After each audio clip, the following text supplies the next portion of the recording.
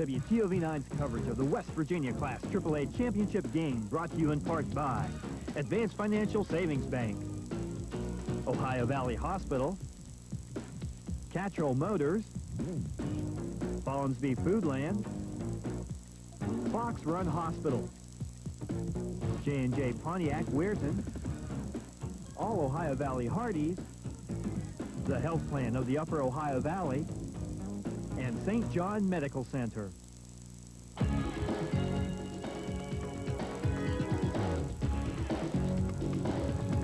Good afternoon and welcome to the WTOV9 High School Football Game of the Week this afternoon from Charleston, West Virginia, the Class AAA State Championship game between DuPont and Brook. I'm Bill Phillips along with the coach, Rich Walensky, and coach.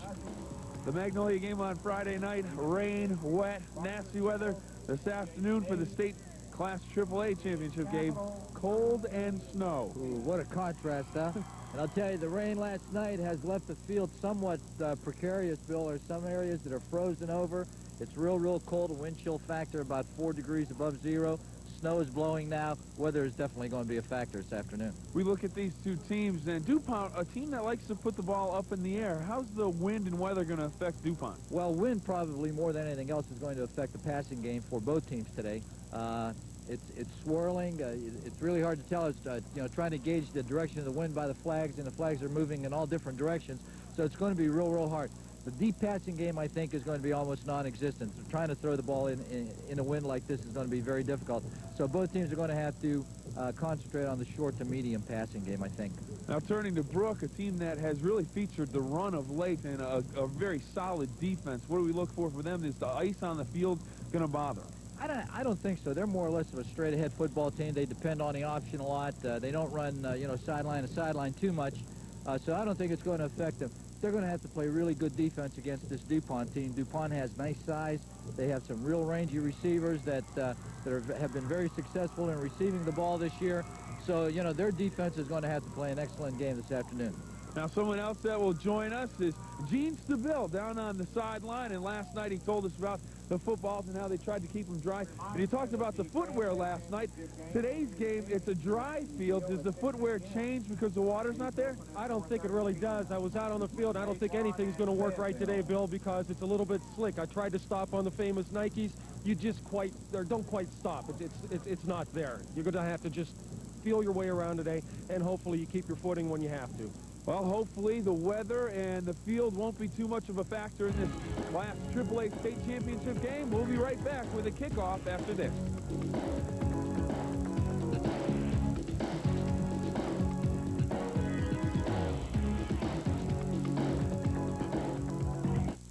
Johnny was just born when he joined the health plan. That was over 12 years ago. Today, I still haven't learned everything about an HMO. But I do know when my wife, kids, or I visit our doctor, all we have to do is present our health plan card and make a small copayment. The doctor takes care of us, and we seldom see a bill. No paperwork either. To me, that's how an HMO should work. That's what's important to my family, and all I really need to know. We say yes, yes we can. It's a simple word that everyone understands. We say yes every day. It's a 3-letter word that people want us to say. At Advanced Financial Savings Bank, we say yes to you. We say yes, yes, yes we do. At Advanced Financial Savings Bank, we say yes to you. Are you ready? Presenting Hardee's Fried Chicken. Juicy. Crispy on the outside. The fried chicken that beat KFC original recipe in a taste test, 63 to 37. Much better. Better than Kentucky Fried Chicken. Absolutely. For a limited time, get a Hardee pack with 8 pieces of fried chicken and 4 Famous biscuits, just $6.99. And get a second Hardee pack for only $4 more. Are you ready for some real food? Hardee. What more do you want? Our Wolfgang Printing, your full-service printing company, includes wedding invitations and Christmas cards 15% off every day. Wishes the Brook Bruins good luck in tonight's game. Historic Drovers Inn Restaurant and Tavern. Dine in an authentic 1848 Country Inn. We cater to showers, rehearsal dinners, small weddings, business meetings, and luncheons. Highly Golden Springs Golf Club in Wellsburg, West Virginia, wishes good luck to Brooke High School in tonight's games. Whether you're tomorrow's Olympic hopeful or just a weekend athlete, accidents will happen. Even the healthiest person can have an accident. Our St. John Medical Center emergency team is available around the clock to care for you and your loved ones. When it hurts, you want convenient and affordable help fast. And our facilities are ready at all hours every day. When you demand the very best in emergency health care, you can count on our team. And welcome back to the WTOV9 High School Football Game of the Week. The Class AAA State Championship in West Virginia in Charleston. Brooke and DuPont, the Bruins and the Panthers. And you're looking at Laidley Field. I'm Bill Phillips along with the coach Rich Walensky down on the sidelines. Gene Stabile. And coach, it is very, very cold outside. As we take a look at the weather conditions, 24 degrees outside, but the wind chill makes it feel like 5 degrees. And then, of course, the winds coming out of the northwest at 12 miles an hour. So everyone bundled up, and coach, the coin toss went in favor of DuPont. The Panthers, they have deferred. Good move? Yeah, I think so, because it puts Brooke into a position where, you know, they have the option of either receiving, kicking, or defending a goal, and of course they opt to receive the ball. Then that goes back to DuPont. So at this point, DuPont, they think they have the win, but if you look at that flag is so wrapped up around that pole over there, it's really hard to say which way the wind is blowing. But at the time of the coin toss, they did take the win, so they'll be kicking off from left to right. And it is a good decision on the part of DuPont to defer and give Brooke the opportunity to make the choice. All right, now for the Panthers, Mark McDaniels to do the kicking. Buck Neal and Gabe Barkey back deep to receive the kick for the Bruins. And we are ready for football here in Charleston. And it is a long driving kick into the end zone. Neal will down it for a touchback, and it'll come out to the 20-yard line, and the Brooke Bruins will take over offensively. We take a look at their starting unit. And at quarterback, Joe DiMaria. The fullback, Steve Lazier. Buck Neal at running back. Corey Conley, Tom Townsend, and Jim DiMaria, the tight end. We go to the offensive line. Ifrady, Fabian Stuck, Delaney, and McMahon up front, and they will have a big job to do today, hopefully opening some big holes for that running attack of the Bruins. They come out in the full house backfield, 1st and 10 from the 20. First play from scrimmage, handoff goes to Lazier, and he picks up a couple on 1st down. Big fullback taking it up the middle, little trap play coming from Brooke. And here's the defense for DuPont, Bill. Crowder, Bowles, Harris, and Rifle. Check that. Rifle, Howard, McDaniel, Sweeney, and Thompson. And in the secondary, Smith, Singleton, and Moss. Handoff. Lazier again. Lazier again, still on his feet, struggles out close to the 28-yard line. It's going to bring up 3rd and about 2, and that's twice that they've run the fullback. Once over the right side, this time over the left side. Let's see this time if they come out in their full house, wishbone, and give to the second back through. It's just a straight fullback belly play off the right side. Good push by that offensive line of Brooke. And Lazier does some real strong running in there. You can see keeps those feet moving and is able to bring it up close to the 1st down marker. 3rd and 2, and let's see if they go to the second back through. Handoff, and it'll be close to the 1st down territory on the carry for the Bruins, Jim Mirasola. Second back through that time to Mirasola, give to the fake to the fullback, give to the second back through, got the necessary yardage for the 1st down. Good drive going by.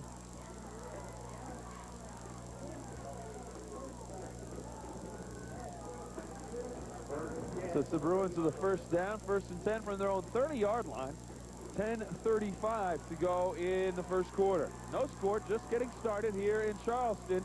Class AAA State Championship game.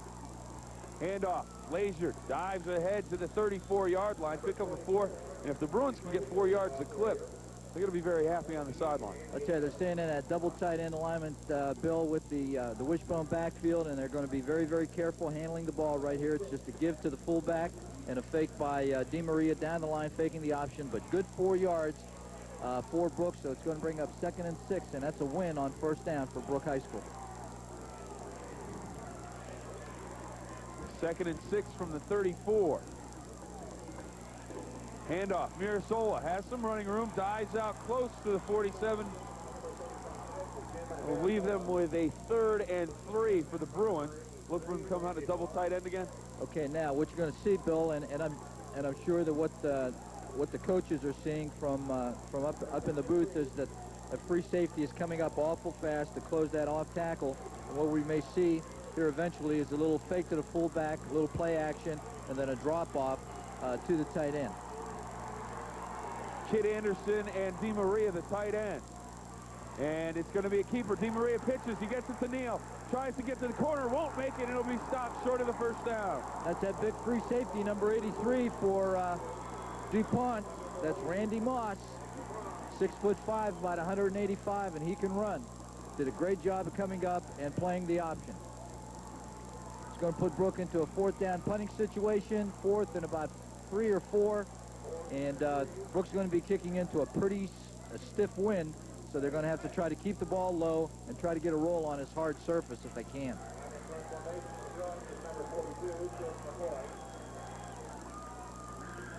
Chris McCoy to punt for the Bruins. Low line drive kick will bounce at the 40-yard line. Takes a little bit of a Brooke roll down to the 34. It'll be down there by the Bruins. And the Panthers will take over 1st and 10 from their own 34 with 8:23 to go in the opening quarter. On the scoreboard, on the Ohio Valley Hospital scoreboard, DuPont and Brooke all knotted up at 0. Let's take a look at the Panther offense. Ford, Howard, Smith, Osborne, Moss, and Gilmore, the receivers and backs. Bowles, Tucker, Hall, Harris, and Crowder up front for the Panthers. Brooke defense sets up this way. Braun, Clark, Himaletti, and Yarder. Stesic, DeMaria, Mirasola, and Anderson are your linebackers. Jones, Conley, and Townsend, the defensive backfield for the Bruins. And here's another one of those patented radio timeouts. Now, Coach, game being done today on the Mountaineer Sports Radio Network, so they have a number of timeouts. And what they do for the timeouts, I don't know if our Keith Wilson down on the sideline might be able to get a shot. There's a gentleman in the red jacket standing on the 30-yard line, and he's going to back off the field now, and we're going to try to get a look at him. There he goes. He walks off the field. When he's on the field, it's a timeout, and they will not allow play to start until he walks off the field. Let's keep him off the field as much as possible and let him play football. That's right. Absolutely. 8:20 to go. First quarter, scoreless ball game.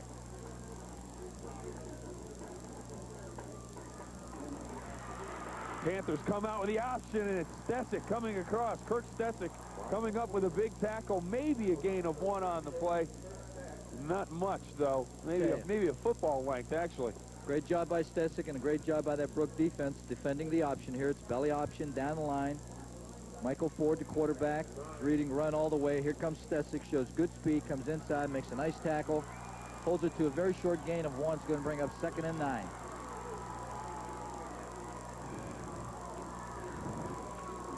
High formation of the backfield for the Panthers. Ford rolls out, looks to pass, and it is almost picked off. Buck Neal comes up and bats the ball away. The intended receiver, Randy Moss, big number 83. He has had a fantastic year for the Panthers. 14 touchdown catches on the season, but with this wind, it might be tough. I tell you, he's a rangy receiver. Here it is on a replay, number 12, and he's getting some heat right here from number 70 from Brooke.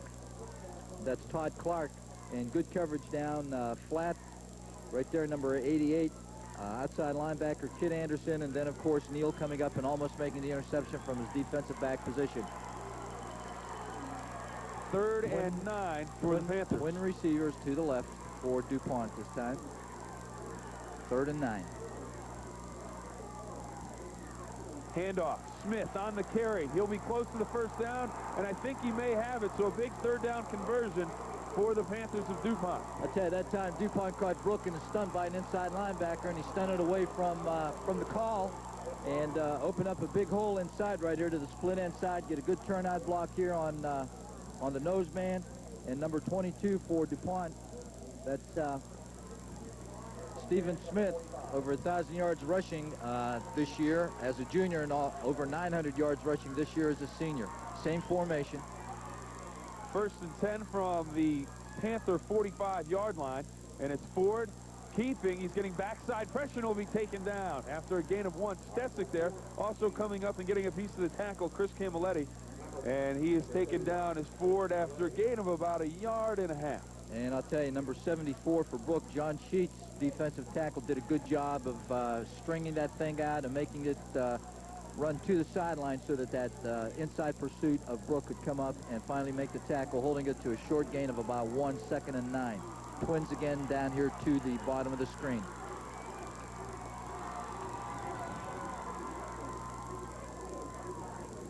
Handoff goes to Smith. Bounces to the outside, finds a little seam, spins for the first down. They keep coming to the Twins side of the formation. That's where they're a little weak against the run. Coming to the formation side, and that time Smith was able to come over the split inside and for some good yardage. Good little kick-out block right here by DuPont's fullback. That's number 27, Bobby Howard, did a good job of leading that block for Smith. Credit Buck Neal with the tackle, and he'll have the job on this play of guarding Randy Moss, the rangy wide receiver. Split left and right for the Panthers. Ford getting pressure from the backside. He'll be chased. Steps up now, and he is going to be taken down for a big loss. The Bruins come up with a big sack, and the Bruins have the football, but the official is going to rule that Ford was down, the DuPont receiver or quarterback, and it looks like he comes up a little gimpy out of the off of the tackle as he limps back to the Great pressure right here. Watch it coming. Just a little play action, little bootleg. There we see number 78, Jeff Braun, doing a good job. Forces the quarterback change directions. This is Camilletti, number 31, coming up. Breaks down in real good shape right here. Keeps contained on the football. And a great defensive job by that Brook defense. Smith Second again. and long. Smith with more running room. Mirasola and Connolly stack him up at the 40-yard line. A good gain. Pickup of about 10. And Ford is really limping in the DuPont backfield. He is really banged up. I don't know what he did on that sack, but he's like really the left hurting. leg too, Bill. That's the one that's bothering him. And with this kind of weather, even if it's only some type of a bruise or something, with it being as cold as it is, it's going to be real difficult to get warmed up. This puts DuPont into a 3rd and long situation. He is struggling just to get up to the line of scrimmage. Sure is. Slot formation to the far side of the field for the Panthers. Smith, the tailback of the backfield. Handoff to Smith, and the ball comes loose. He tucks it back in, Almost but a dangerous play on 3rd down. He'll be close to a first down, about 1 yard short. Camilletti with the tackle on the play. He'll bring up 4th and about 2. Here it is right here, and you can see he's going to bobble it. He's bobbling it as he's going through the line and almost loses it right there. On 4th down, the Bruin defense will face the Panther offense that will go for it with 3:57 to go in the opening quarter. Scoreless ball game in the Class AAA State Championship. First quarter shaping up to be a classic football game. Sure is. Power I formation for DuPont on 4th and short. Handoff. It's a keeper. Ford has it. He's got some running room down inside the 35, down inside the 20, and knocked out of bounds inside the 15-yard line. I tell you, they caught everybody inside that time from Brook. It was a fake off the power I to the tailback, and the quarterback was able to keep on that. That's Mike Ford, and he's able to take it down near the 10-yard line. And number 11, Mike Jones, was able to make a touchdown-saving tackle, taking him out of bounds at about the 13-yard line. Here it is. Good nice play action fake right here. And Brook just loses contain on the football. Mike Osborne split to the far side. Power I formation in the backfield at the 14. Handoff. First man through. I believe that was Mark McDaniels. Number 34, Mark McDaniels, coming in as a extra back in their power I short yardage situation. He's inside the 9-yard line. Second down and 6 for the Panthers.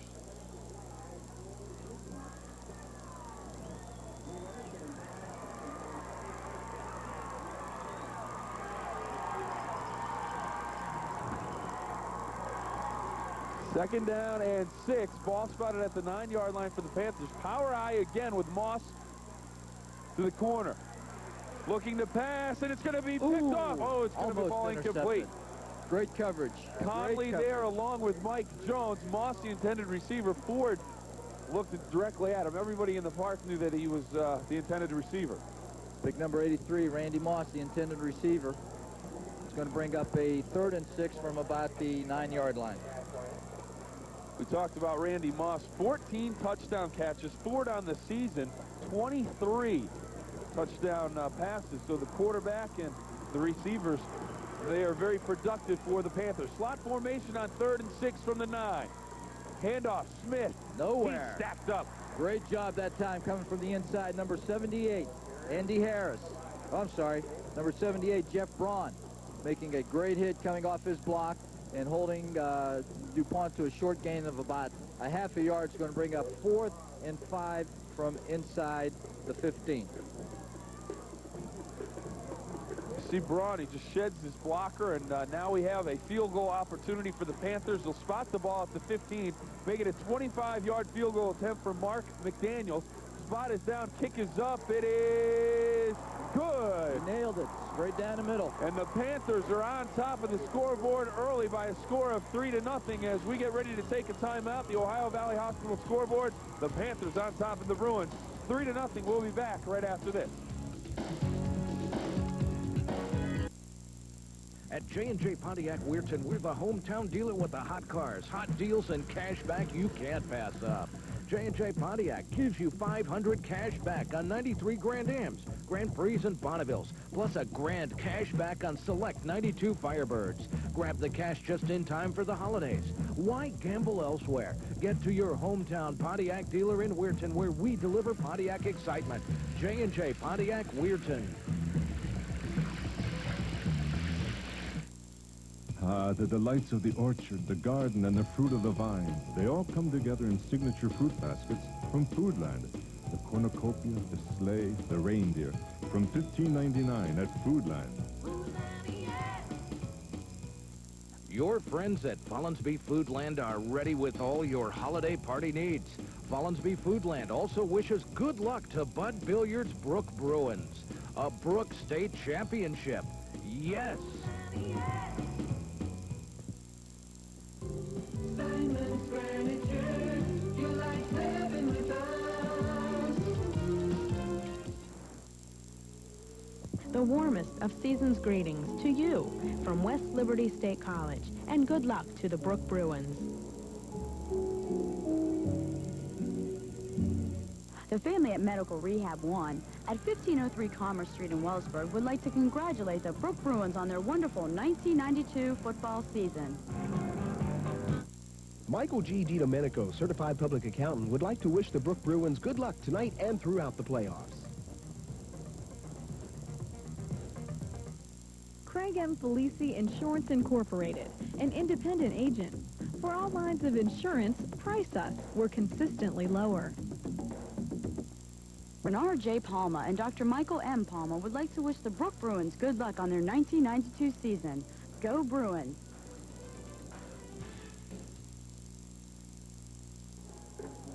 And welcome back to the WTOV9 High School Football Game of the Week. State Championship style, Ohio Valley scoreboard. Ohio Valley Hospital scoreboard 3-0, DuPont on top of the Bruins. But right now, let's go down to Gene Stabile. You talked about the weather and the ice and everything else. Here's what the players are having to deal with. This is the worst spot on the football field right now. The ice is in places almost hidden. You can see it in some places. In other places, you can't. So the players are having to be careful as they run. That's certainly the worst spot, Bill. Mark McDaniels, who put the Panthers on top, has the kickoff, and it skitters all the way through the back of the end zone. Goes between the legs of Gabe Barkey and out of the end zone, so the Bruins will take over 1st and 10 again. Well, I'll tell you, that ball picked up some velocity once it hit that turf down there, and I'll tell you, just skidded right through Gabe Barkey's hands into the end zone for an automatic touchback. Brook will take over at the 21st and 10. Well,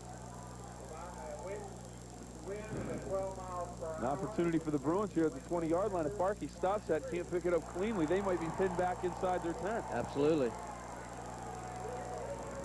Gene Stabile had a little problem earlier. They sent him out of the stadium. They said, Gene, you don't have the proper ID. You're going to have to go get it in the car. I don't think that was it. I said, I think that cop told him, no one as ugly as you should be on the sideline. Get out. Oh, Coach, Gene, I didn't say it. That was the coach. Is his microphone off? We don't want him to be able to talk back to us. Why do you think I'm in radio, huh? Face made for radio. What are you going to do with it? Then again, why are they up there where no one can see them? Stay warm, Gino. Stay warm. All right, back to football. 3-0 the Panthers on top.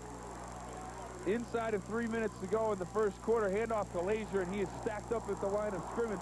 Coming through for... Pick number 76, Danny Bowles. Danny Bowles comes in, sheds his blocker, and stands his ground in the Bruin backfield. Lazier strong enough to lean ahead for a yard on first down, so bring up 2nd down and 9.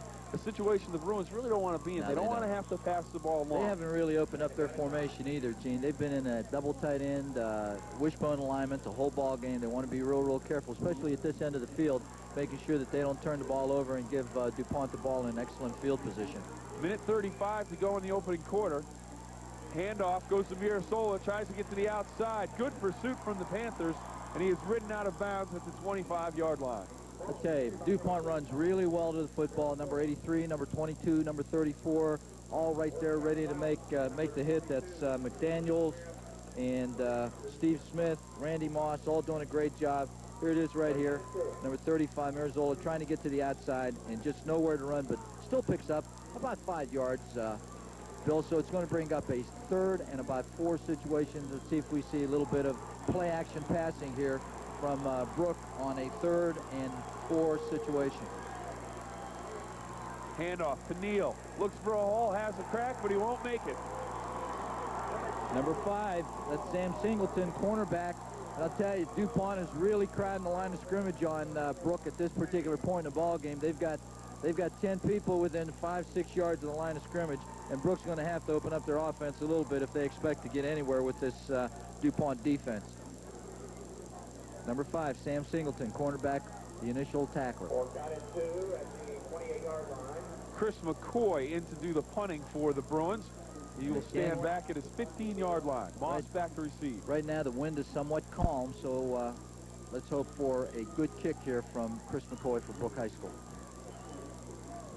Low line drive kick. A little bit of a tail dragger, and it will roll down inside the 45-yard line of DuPont. They will down it at the 44, and it'll be the Panthers taking over 1st and 10 from there. They lead it right now on the Ohio Valley Hospital scoreboard by a score of 3-0 in the first quarter with just 34 seconds to play. And if I can, I want to bring Gene in real quick again. And Gene, you've seen the Bruins as much as anybody this year. Offensively, are they setting a trap for the Panthers with that very strict alignment they're going with offensively? Bill, I don't think it's a trap. I think what you're seeing is a little bit of common sense. They're working into the wind. They don't want to put the ball up in the air on 3rd and longer situations. I think when we get to 4th down, or I should say when they change the direction, you'll see them put the ball up. Well, right now it's Ford looking long for Moss down the sideline. He has it. Touchdown, Panthers.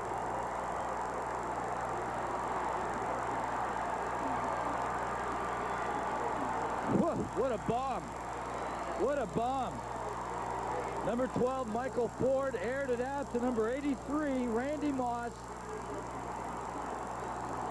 We'll see it on a replay, and I'll tell you, Corey Conley had pretty decent coverage on it for a while. And then Moss just blew by him, lays the ball up, and lets Moss run under, and you can see he's got Corey beat about 5 or 6 yards right there. Touchdown DuPont, 9-0 with the conversion kick coming.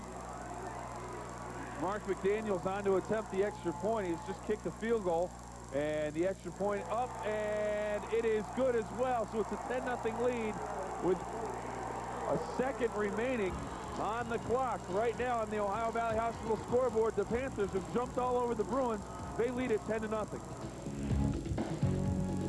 The way we do business means a great deal to you at Catrol Ford.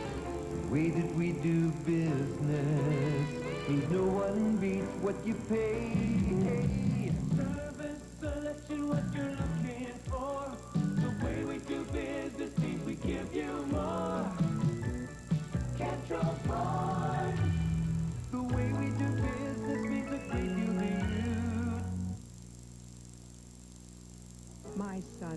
He is so very special. He's always been such an active part of our family, so friendly and outgoing. But lately he's changed. I don't even know him anymore.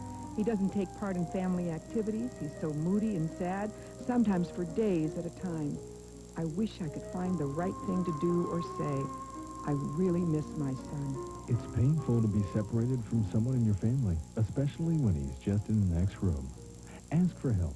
Call Fox Run Hospital. On the new WKRP, Herb's got to catch a hot new client. You're supposed to sell airtime, not human flesh. But Donovan's the bait. I love a man who can handle logs. Girl, watch your mouth. The good news is... I'm afraid you're just going to have to take up all your clothes. I'm a what? The bad news is, guess who's got a husband? Will Herb get him off the hook on the next all-new WKRP in Cincinnati? Saturday at 7 on TV 9. Saxon Jewelers, give the gift of a lifetime.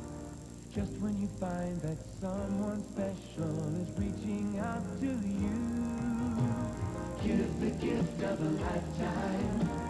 Show how much you care. Saxon Jewelers, give the gift of a lifetime.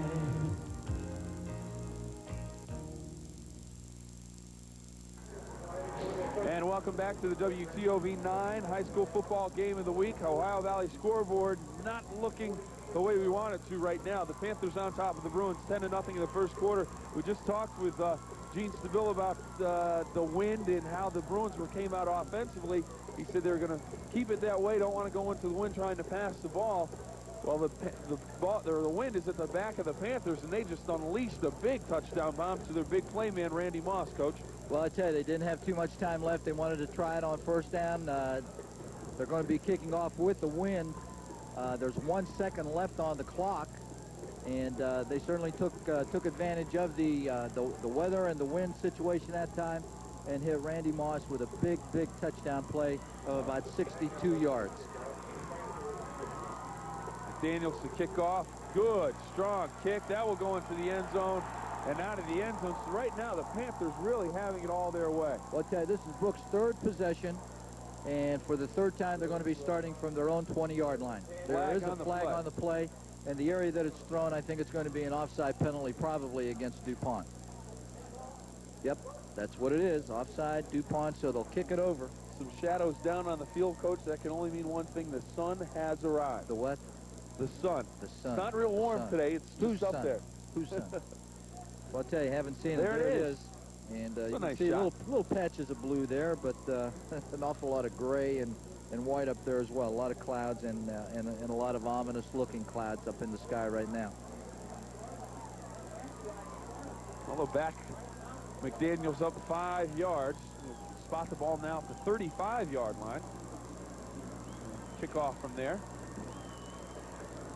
Neal and Markey back deep to return for the Bruins.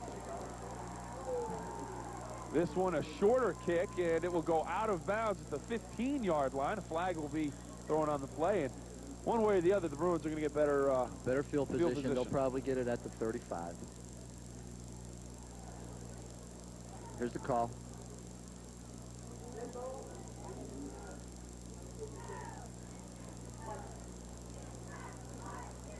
Brooke will take it at the 35-yard line. And this is the best field position that Brooke has had since they've taken over 3 times now. This is their 3rd possession. This is their best field position. Well, as the Bruins take over offensively, the snow returns. And they still have to run one more play into that wind because there's still a second left on the clock.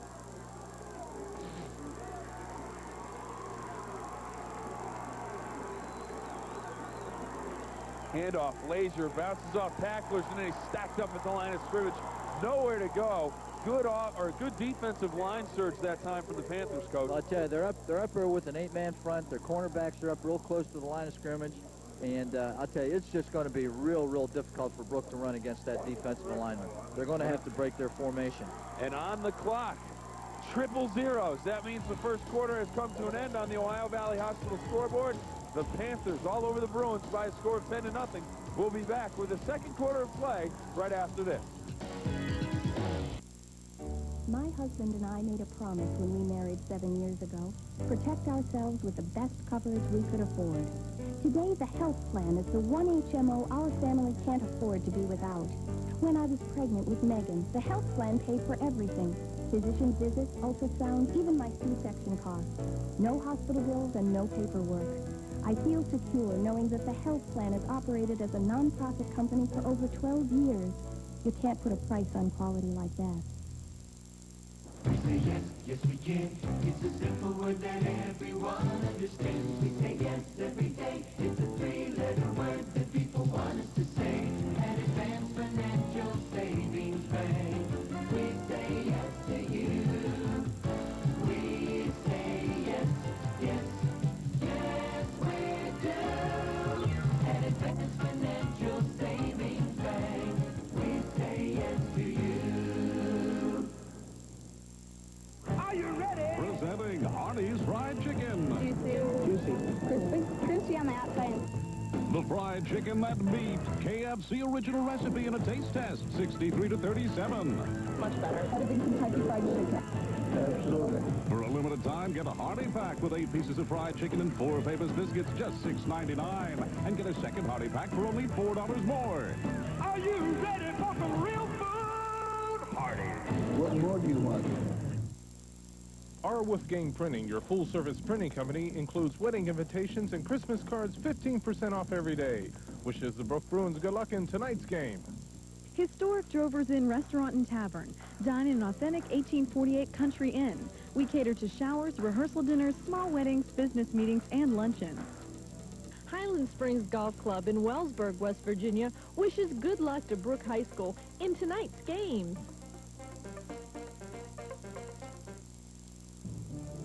Whether you're tomorrow's Olympic hopeful or just a weekend athlete, accidents will happen. Even the healthiest person can have an accident. Our St. John Medical Center emergency team is available around the clock to care for you and your loved ones. When it hurts, you want convenient and affordable help fast. And our facilities are ready at all hours every day. When you demand the very best in emergency health care, you can count on our team. Back to the WTOV9 High School Football Game of the Week. Bill Phillips along with the coach, Rich Walensky, and Gene Stabile down on the sideline. And, Coach, a record-breaking game for WTOV9 today is our 21st High School Football Game of the Week broadcast for the 1992 season. A new record, breaking last year's record of 20. So, a big day for TV9. Do I get an asterisk by my name when this goes into the when this goes into the WTOV right TV9 book? That's right, right alongside Roger Maris with the asterisk. And then somewhere down the road, we'll have a commissioner come in and remove the asterisk from the side of your name. That sounds good to me. I was here for the very first game ever televised by TOV9 when Brook played North Marion back, I think, in 1980. We've removed that asterisk from that game. Right now, it's DiMaria looking long down the sideline for Conley, and it is broken up by Smith.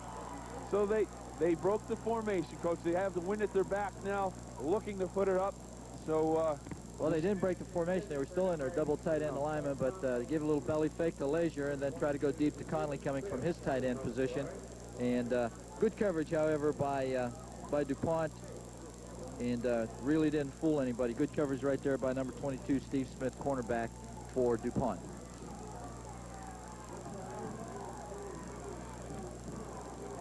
This is going to bring up a 3rd and 9 situation for Brook. DiMaria back to pass again, throws this one away. Good coverage by the Panthers. Trying to flood this zone over here off a little waggle action. Tight end coming deep, and the other tight end running a crossing pattern, and one of the backs coming out of the backfield into a shorter route. So they're trying to flood this zone over here, but DiMaria just gets a little bit too much air under the ball and overthrows all of his receivers. So that's going to put Brook into another punting situation, 4th and 9. McCoy on to do the kicking on 4th down. Singleton and Moss back deep for the Panthers. Singleton comes up, fields it at the 35. He's out across the 40 and down at the 42-yard line. And that's where the Panthers will take over. 1st and 10 with 11:39 to go in the second quarter of play. An excellent field position for DuPont. Again, out on their own 42-yard line. It'll be interesting to see if the Panthers bring their offense back in a little bit. They're up 10-0, but if they're worried about the win, if they're going to become conservative here in the second quarter. Well, I tell you, they've had 2 possessions, and they have successfully converted on both possessions. Field goal on their first and touchdown on their second, and they have their regular pro formation with an eye back. Handoff straight ahead, first man through, number 27, Bobby Howard. Just straight belly play to the fullback, and good positive yardage for DuPont. Here it is. Little trap inside, number 74, as you can see. That's Ronnie Tucker, offensive guard, doing the trapping for DuPont. Pro eye again.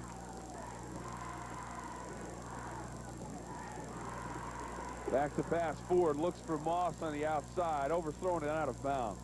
That time he's trying to hit Moss on just a little quick hitch pattern. Give him an opportunity to catch the ball and then run with it, and the ball overthrown. Going to bring up 3rd and about 3. They've been real successful with the tailback on 3rd down, and we'll see if they go to that again with the lead block by the fullback.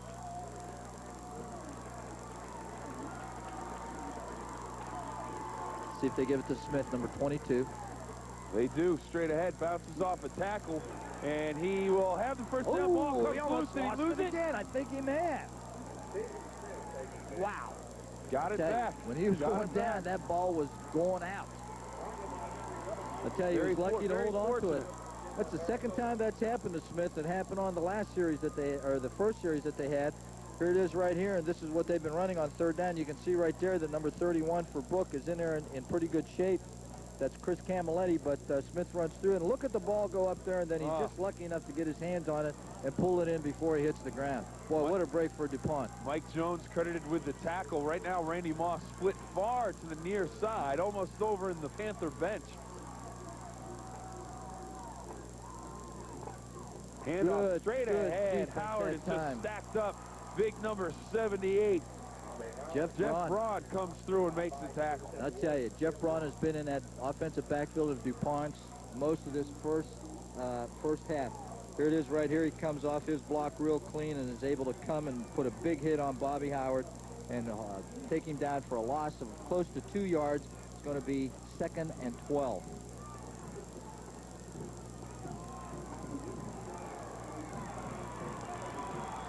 Panthers will set up in a slot formation to the near side. Hughes and Clark split out. Ford back to pass, looks downfield, has Steve Smith, breaks the tackle across the 35, down inside the 30 and ridden out of bounds by Corey Connolly. I'll tell you, nice throw by Mike Ford. Gave the fake to Smith. Smith got through the line, and then all he did was he curled up about 5-6 yards downfield. Brook had the twins to this side covered well. Here it is right here to fake to Smith. He comes through now.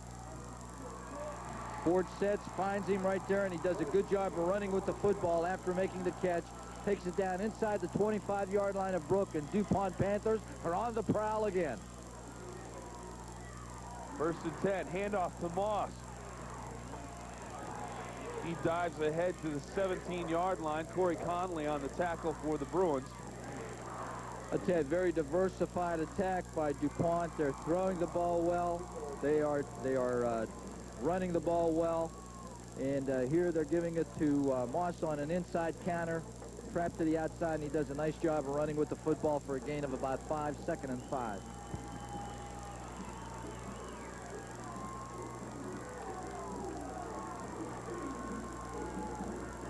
Handoff, Smith breaks the tackle into the secondary and down inside the 5-yard line. Coming up, Mike Jones to make the tackle. Corey Connolly also got a piece of the action as Smith dives inside the 5 and the Bruins in danger of falling 17 points behind. Well, here it is again, and that offensive line is really blowing Brook off the ball right now. And it's inside the 5-yard line. Smith doing a real good job of carrying the leather for the DuPont Panthers at this point. It's first and goal at about the 4. Power I formation for the Panthers. Rocky Hughes split to the far side. Ford on the option. He'll pitch it to Smith. He's into the end zone. Touchdown, Panthers. I tell you, Brook is in deep, deep trouble.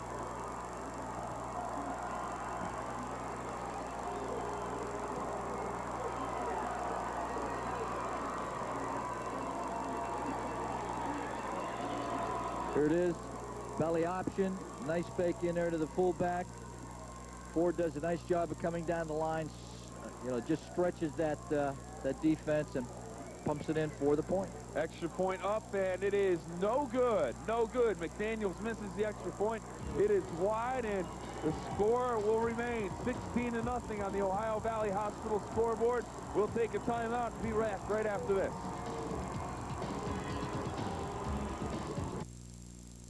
At J&J Pontiac Weirton, we're the hometown dealer with the hot cars, hot deals, and cash back you can't pass up.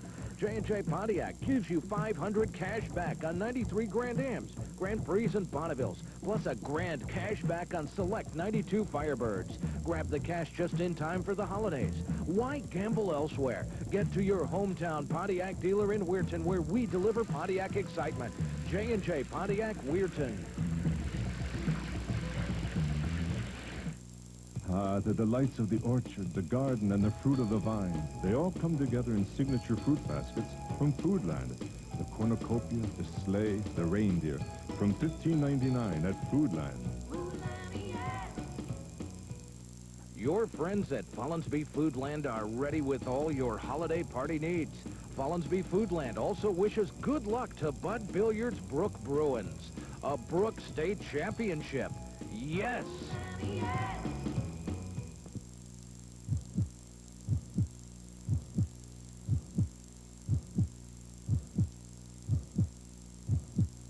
If you have questions about your heart or want a free risk profile test, call the professionals at Ohio Valley Hospital.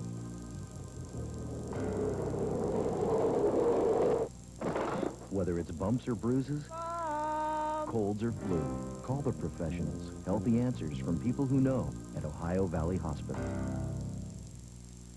Michael G. DiDomenico, certified public accountant, would like to wish the Brook Bruins good luck tonight and throughout the playoffs. Craig M. Felici Insurance Incorporated, an independent agent. For all lines of insurance, price us. We're consistently lower. Bernard J. Palma and Dr. Michael M. Palma would like to wish the Brook Bruins good luck on their 1992 season. Go Bruins! And welcome back to the WTOV9 High School Football Game of the Week. Bill Phillips along with the coach, Rich Walensky and Gene Stabile down on the field right now. 16-0 on the Ohio Valley Hospital scoreboard. The Panthers on top. We go now to Gene Stabile on the sideline. Bill, two things. First of all, the traction is getting much better. Just a little bit of the sun we've had, the traction is a whole heck of a lot better. I don't know if that's good or bad for Brook right now. The other thing I noticed after the touchdown, some things you can see real well on the sideline, and that's the kind of walk the Bruins have right now. It's that bewildered walk. What happened? What's happening to us type walk. They need to get their heads back into this. Something has to happen now. Kickoff will come down, and Buck Neal will field it at the 15-yard line. He's out across the 25. Has a little seam, but he's knocked down by McDaniels at the 31-yard line.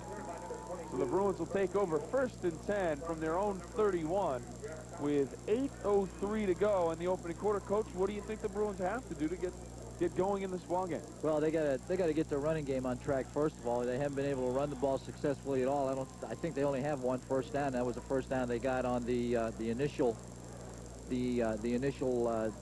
possession that they had. They haven't had a first down since then. They've got to be able to throw the ball. They've got to spread out this DuPont defense. They haven't been doing that. They've stayed in their double tight end alignment the entire ball game, and DuPont is just crowding the line of scrimmage, inviting them to throw the ball, and the two passes that they threw on their last possession fell harmlessly incomplete. So, you know, DiMaria has got to crank up his arm. He's got to get the passing game going a little bit. But more than anything else, Brooke High School is the type of a team that does three things relatively well, and that's what got him here. First of all, they played outstanding defense. Secondly, they were a ball control type of offense. They don't score a lot of points, but enough to win and count on their defense to do the rest. And they've had a decent kicking game. So those are the things that they've been able to do. They don't play well from behind. And right now, being behind 16-0 is going to be very, very difficult for them. But there's a lot of time left on the clock, and on first down, DiMaria stacked up, and he will lose a yard on the play and bring up second down and 11. That was number 81, Billy Gilmore, 6'4", 184-pound junior on the hit. Here he comes right here, comes inside that tight end, and is able to make the stop for no gain. As a matter of fact, they lost a yard, so it's going to bring up second and 11. Now they're opening up their offense a little bit, being in a pro-I formation. Option. Pitch, Mirasola. Thought he had some running room, but he was forced out of bounds. McDaniels there, and Mirasola slid on the artificial turf, which is hard as a rock. And then he hit the track, and he was holding his arm. He may have scraped up his arm. And you mentioned when they were trying to break up the ice, Coach, they put some of that salt down there that tries to melt it. And I'll tell you, here it is right here. It's pitch all the way, and I'll tell you, this DuPont defense really runs well to the ball. They got great speed, and just string that thing out, and Mirasola all the way out until the third lane of the track. You don't like to see that salt down there because you get a scrape terrible. in your arm. You get a scrape and you get that in your arm, you can get some real bad infection. DiMaria looking to pass, rolling to the far side. Has Kid Anderson open for the first down, breaks the tackle and stretches out to the 50-yard line. That's what the Bruins needed. They needed a spark. Maybe that'll give it to them. And right now, down on the field, hurt, injured on the play for the Panthers, their star wide receiver, Randy Moss. I tell you, this is a little play action off the tailback counter. And DiMaria comes out here in good shape. He hits the tight end on a crossing pattern, number 88 right here. And you can see that he just runs right through Randy Moss right there, and it looks like Moss may have hurt his shoulder. Trying to put his shoulder into Kid Anderson. Anderson does a good job of running with the football after the catch. Trainer has his arm up underneath Randy Moss's jersey, so hopefully it's just a stinger that will go away in a little while from Mr. Moss. But if you're a Bruin fan, hopefully that little stinger might take a little longer. Well, I tell you, you never want to see a player hurt. That's right. With this cold weather, you know, any good solid hits down there are going to, you know, the kids are going to feel it a little bit more than what they normally would. It's so difficult to get warm in this kind of weather, and once you do get warm, you can cool off so quickly. But it looks like he's going to be okay. Big play man had a long touchdown reception earlier in the game for the Panthers. Right now, hopefully just a little stinger, as we mentioned. He'll be able to get back in the game for the Panthers. One of the best athletes in the state of West Virginia this year. 14 touchdown catches. And only a coming junior. in. Only a junior. Trying to loosen it up on the sideline right now for the Bruins. The catch by Kid Anderson. Reception and run out to the 50-yard line. Hopefully that's what the Bruins need to get this offense sparked and get the team a shot of adrenaline and get them back in the ball game. They trail it right now 16-0, and DiMaria back to pass again. Looks downfield and had Anderson open, but he just overshot him. It's the same pattern. They're trying to just bring Anderson underneath their wideout, who is pushing off real deep, and they have a back coming out of the backfield, and then trying to get Anderson between the short and the deep receiver. And I'll tell you, he was open, and DiMaria just overthrew him a little bit. What DiMaria is going to have to do when he's rolling out that way, what Joe's going to have to do is just get his feet set, get squared away, and be able to step and throw to his receiver. He's got a good arm, and he's going to do a good job. Townsend and Conley split, and it's a handoff to Mirasola. He's out to the 45-yard line and taken down by Mr. Moss, who's back in the ballgame. I'll tell you, he's got about a 5-yard gain on that, which is not too bad. It's going to bring up third and about 5. Here it is right here. Gets a nice little crack right there. Now run north and south. Run north and south. Don't run east and west. That time he tried to get to the outside, and again, that real quick DuPont defense was able to pursue and hold it to a gain of about 5. Clock rolling, 6:05 to go in the first half of play. Corey Taylor split to the near side. Conley to the far side. DiMaria, backside pressure, sets up the screen, and it's incomplete, and they would have had the first down. They would have had the first down. I'll tell you, they had that really set up well, and he just got a little bit too much heat from the outside linebacker. That's Jeremy Sweeney. Sweeney came on a stunt. They had the screen set up very well right here, but Joe DiMaria just didn't have enough time to get set up and get turned around, and right there they do call it incomplete. 2 officials called the ball incomplete and must have been. Mirasola had 2 or 3 blockers out in front. They had the first down and more, but it's incomplete. It'll bring up 4th down, and Chris McCoy in to punt again, standing at his own 42. Bruin kicker will kick it away, end-over-end kick coming down to Moss at the 10-yard line. He won't fair catch it. On his feet, breaks the tackle out across the 20 before he's taken down at the 24-yard line. That's where the Panthers will take over 1st and 10 with 5:40 to go in the opening half of play. Big number 78 for Brook. Jeff Braun down to make the tackle, and he's having a great game defensively for Brook so far. Ohio Valley Hospital scoreboard. The Panthers on top, 16-0. Bruins looking to get back in this one. A turnover would be very nice. Well, that would be what the doctor ordered if they could get a turnover right here with the ball right outside the 20-yard line. DuPont 1st and 10. Ford on the handoff. Goes to Bobby Howard. He's straight ahead for a couple. 2nd down and 8 for the Panthers. And number 78, guess who? Jeff Braun on the tackle. Little inside trap, number 74 again coming for DuPont. It's Ronnie Tucker trying to trap number 78, Jeff Braun, and Braun plays off the block very nicely. Holds that to a very short gain of about 3, 2nd and 7. Gabe Barkey has checked into the ball game with 4:45 to go in the first half. Moss split to the bottom of the field, far side, as it's a handoff to Smith straight ahead. He'll be close to a first down.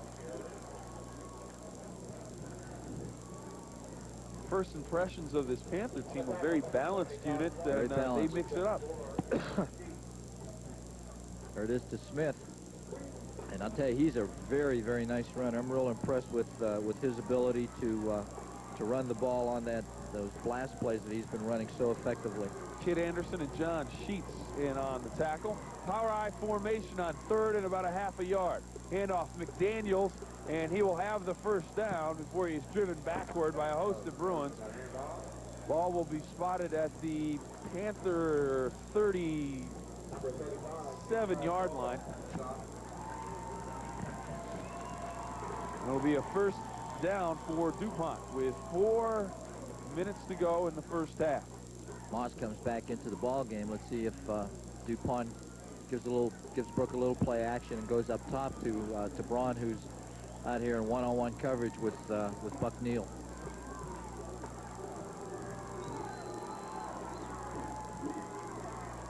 Handoff to Smith. Breaks the tackle into the secondary across the 50-yard line. Flag on the play, and I think Bobby Howard, the running back, will be called for a hold on John Sheets, but we have an injured player down on the field for the Bruins. It's Gabe Barkey, number 43. He will get up and walk back to the huddle under his own power, but he will be substituted for by Jim DiMaria, number 9, who checks into the game, so Barkey will head off with a little bit of a limp. Hopefully he is okay. Hopefully.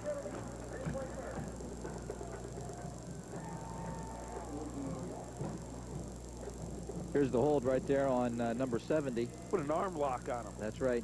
And but still, you know, great strong running by number 22 Smith. He does a great job. And I'll tell you, he's got that real nice cutback ability, Bill. He heads up in one direction, and then he's cutting back against the grain a little bit, and that's where Brook's going to have to be very cautious about closing off those cutback lanes to make sure that they're not over pursuing to the football. Rocky Hughes will split to the Bruin side of the field. Moss in a slot. Ford back to pass, puts it on his hip, looks downfield, doesn't have time, runs out. Now it's Sheets putting the pressure on, and he's taken down from the backside. And it looks like Clark came in, big number 70. Todd Clark gets the sack back at the 22-yard line. A flag on the far side of the field. We'll have to wait for the call. That's a coverage sack. Great coverage that time by the secondary of Brook, and forced Ford into pulling the ball down. Illegal motion penalty against the Panthers. I think that this is one that decline it. They will decline, absolutely. Here it is on a replay, a little play action bootleg. He's looking back, nothing there.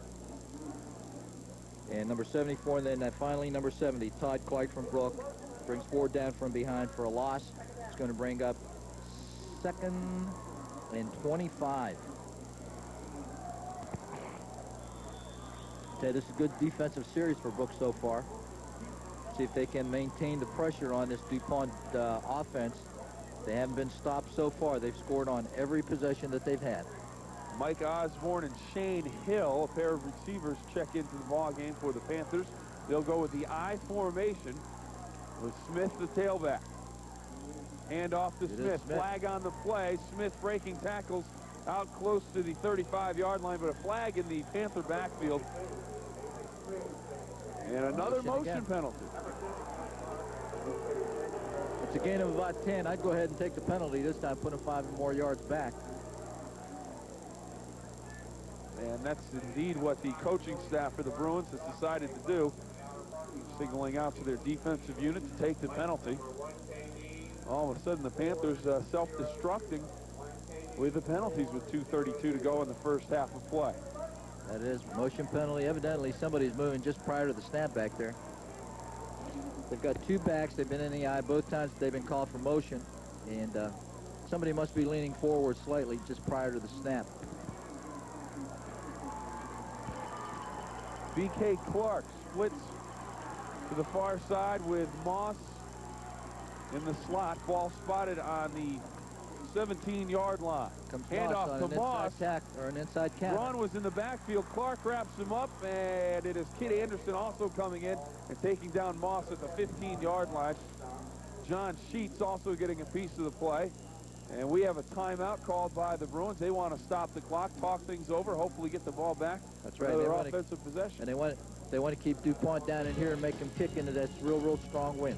On the Ohio Valley Hospital scoreboard, DuPont leads the Bruins 16-0. We'll be back with the final 2:05 of the first half right after this. Great deal for you at Catrell Ford is the 93 Escort, and it's easy to choose your new 93 Escort because all 4 models, the 2-door, 4-door, hatchback, and wagon are all one price, just $10,499. All of the new Escorts at Catrell Ford have air conditioning, FM stereo, and much more. It's easy to choose your great deal now at Catrell Ford. The way we do business means a great deal to you. My best friend. She's always been there for me. I've always admired her. She's smart, funny, and really popular. But now she's acting so strange, lying about what she's doing, trying to be cool or something. I think she's even smoking, and maybe taking drugs. I know her family doesn't know what to do, and neither do I. Sometimes the pressure to fit in and be important can lead to serious problems. If someone you care about is in need, ask for help. Call Fox Run Hospital. Compared to this new drug, crack is candy. It's called Cat, a cheap high that lasts for days with devastating effects. And dealers brew it in their basements. Now this homemade mixture of over-the-counter chemicals is clawing its way to a street corner near you. Find out how to prevent your kids from snorting their way to an early grave. Catastrophe on the next Current Affair Extra. Sunday night on TV9.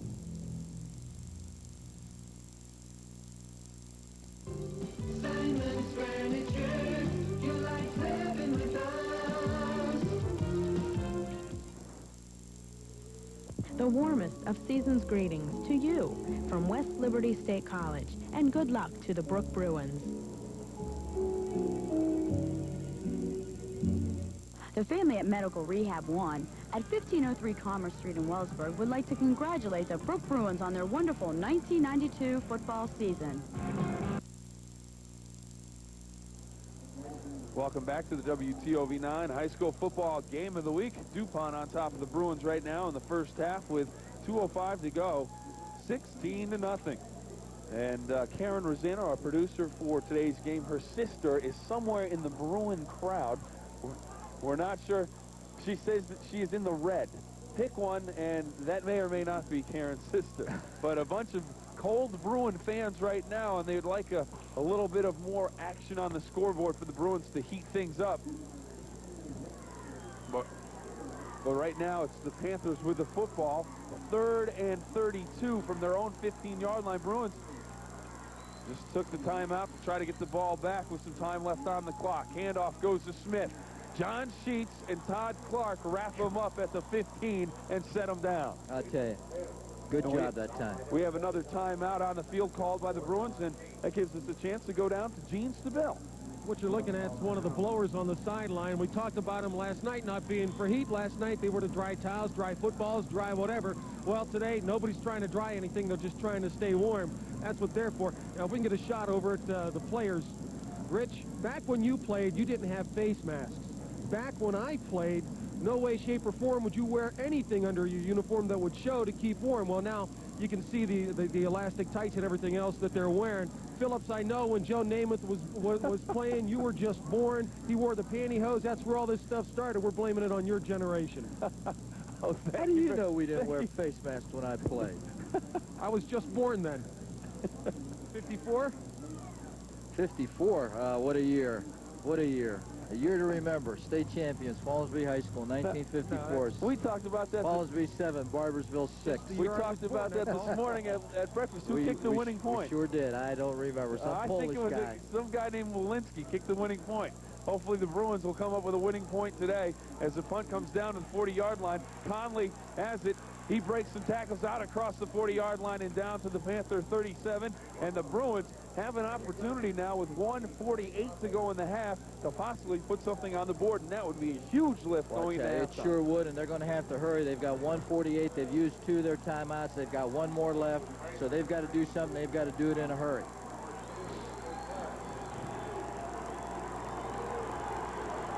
Mirasola in a wing, Lazier in the backfield. Townsend and a quick look to Taylor on the outside. He'll have it for about 3 yards. Stops the clock. That's the important thing. 1:37 left to go. Corey Taylor hauls it in on the far side, and the Bruins have a couple of plays called. They're going without Hunt. Well, now they're going to go into the huddle. Being that the clock is stopped, they don't need to hurry up. They can go ahead and take a look at it again, Coach. Here it is. Quick 3-step drop by DeMaria. Throws over there. Good shape. Nice reception by number 25. Steps out of bounds. DeMaria back to pass. Gets a big block from his offensive tackle. Tucks it away. It spins and is knocked out of bounds. Coming up to make the play, number 92. Check my roster. There's no number 92 on the roster. No, they only go to 83. I believe that was a 92. Maybe it was an 82. I think it's, yeah, it is an 82, Bill. Jeff Thompson, number 82. DeMaria trying to go deep that time, and good coverage by the DuPont secondary. Let's see if they can find one of their tight ends and increase somewhere.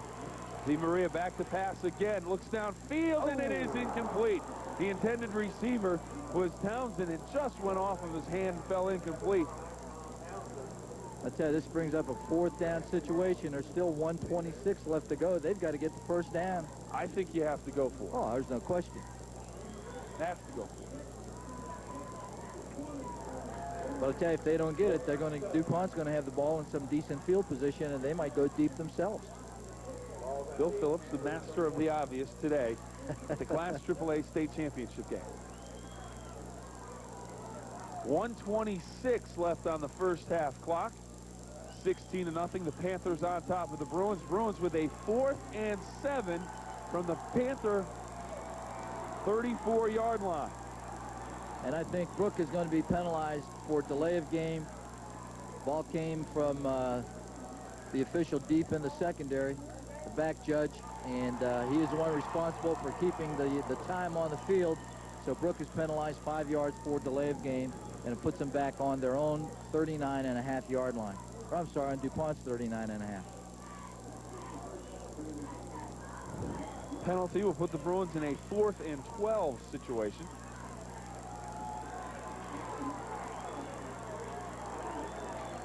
Conley split to the near side, comes in motion. Di Maria rolling, looks downfield for Barkey, and it is picked off.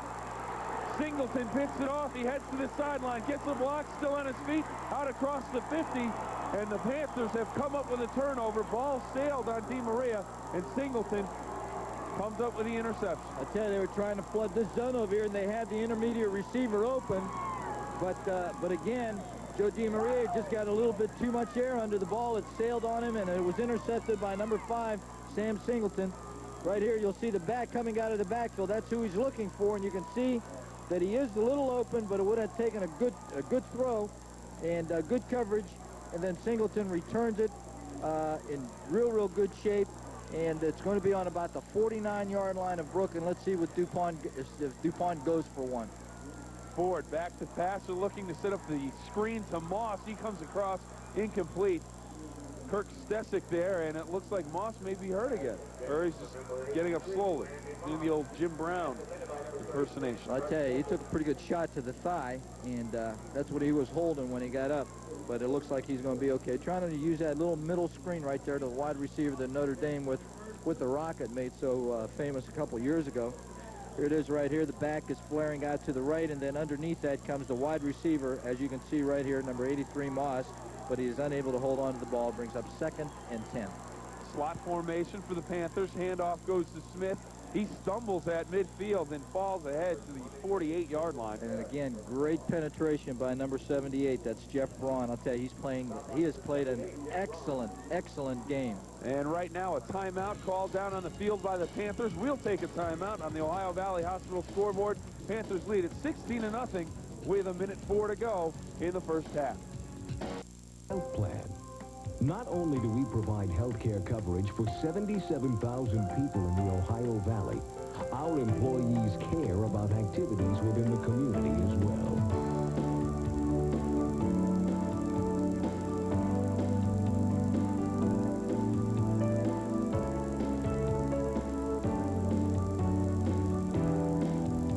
Community commitment, staying well. We say yes, yes we can. It's a simple word that everyone understands. We say yes every day. It's a 3-letter word that people want us to say. At Advanced Financial Savings Bank, we say yes to you. We say yes, yes, yes we do. At Advanced Financial Savings Bank, we say yes to you. Are you ready? Presenting Hardee's Fried Chicken. Juicy. Crispy. Crispy on the outside. The fried chicken that beat KFC original recipe in a taste test, 63 to 37. Much better. What a big Kentucky Fried Chicken. Absolutely. For a limited time, get a Hardy Pack with 8 pieces of fried chicken and 4 Famous biscuits, just $6.99. And get a second Hardy Pack for only $4 more. Are you ready for some real food? Hardee's. What more do you want? Our Wolfgang Printing, your full-service printing company, includes wedding invitations and Christmas cards 15% off every day. Wishes the Brook Bruins good luck in tonight's game. Historic Drovers Inn Restaurant and Tavern. Dine in an authentic 1848 Country Inn. We cater to showers, rehearsal dinners, small weddings, business meetings, and luncheons. Highland Springs Golf Club in Wellsburg, West Virginia wishes good luck to Brook High School in tonight's game. Whether you're tomorrow's Olympic hopeful or just a weekend athlete, accidents will happen. Even the healthiest person can have an accident. Our St. John Medical Center emergency team is available around the clock to care for you and your loved ones. When it hurts, you want convenient and affordable help fast. And our facilities are ready at all hours every day.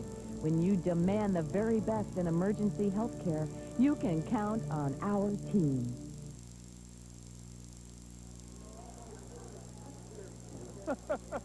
He must be in the front row.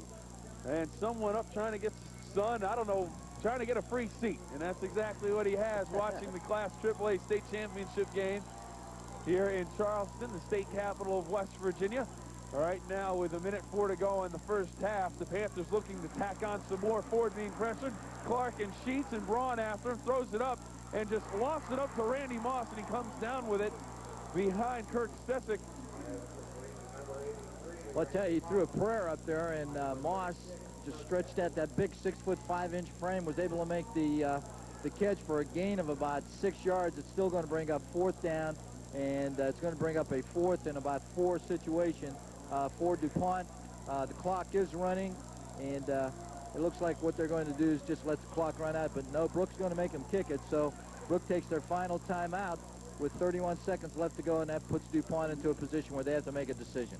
Let's go down right now to Gene Stabile. How do they stay warm down here? Well, their hands anyway. The players, some of them have Oxytherm. All it is, a little chemical reaction bag. You put it in your hand, you give it a little rub, and it gives you a little bit of warmth. It's not a savior, believe me. I don't know how they're staying warm, really, out on the field because it's cold and the wind's still blowing. How's it up there anyway?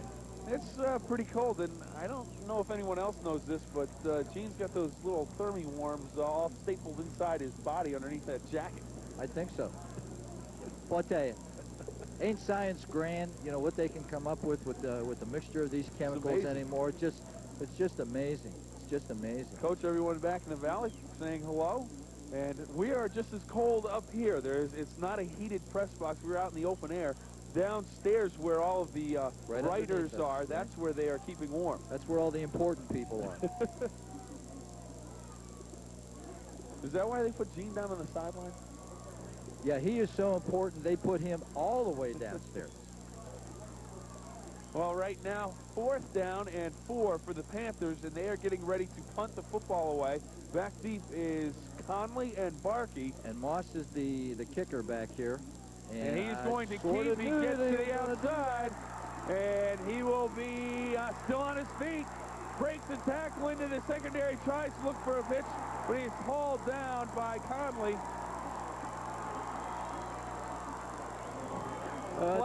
Flag on the play. We may have a clip against the Panthers. It wasn't a surprise that Moss was out there. He is their regular punter, but you knew that they might take a shot at a fake. Well, they certainly did, and we had the sign by the official right here. Here it is on a replay, and you sort of figured Brook might be coming after it, and Moss just takes off to his left right here. And I'll tell you, does a great job of running with the football, just taking those long strides. And I'll tell you, runs with a little bit of power. He's a big guy. Touchdown saving tackle by Corey Conley. By Corey Conley. But we do have a flag. And it is against the Panthers. And they are moving it back.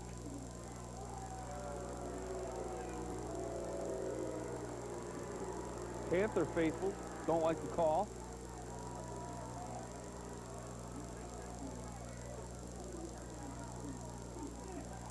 I'll tell you, with the penalty, they still may have got the 1st down. Yes, they did. They didn't even bother to measure. The clip against DuPont. Still 9 seconds left on the clock. Let's see if they go into the end zone. They've got Moss split out here split out wide to their left. Up top, BK. And I'll tell you one thing. Clark. That Coach Billiard is saying is don't get beat deep. Ford, he's going to go long. Looking long for Moss. He will jump, and pass is intercepted by Buck Neal, but I believe the clock has not run out. 4 seconds to go. Left. And we had a similar situation last night when Magnolia recovered a fumble with about 3 seconds left to go, and they started the clock.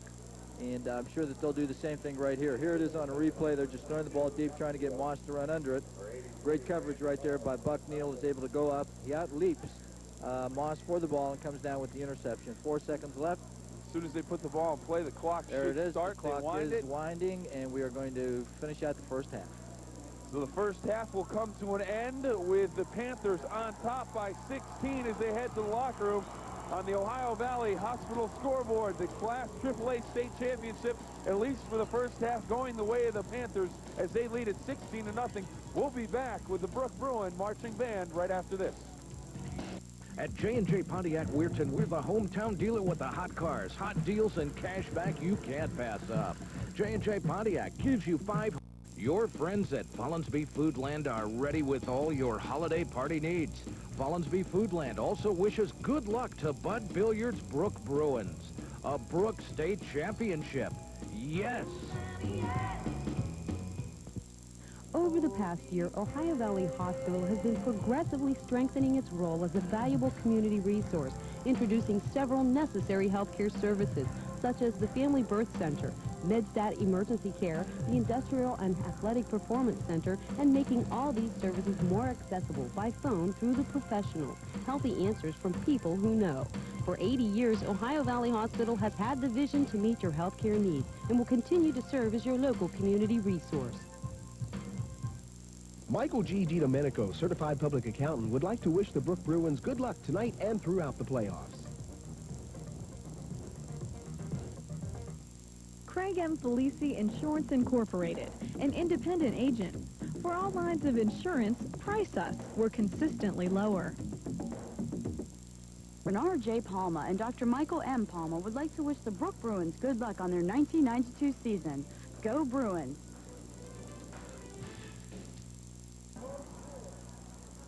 And welcome back to the Class AAA State Championship game on the Ohio Valley Hospital scoreboard at halftime. The Panthers lead the Bruins by a score of 16-0. Right now, let's go down to the field and join the Brook Bruin Marching Band.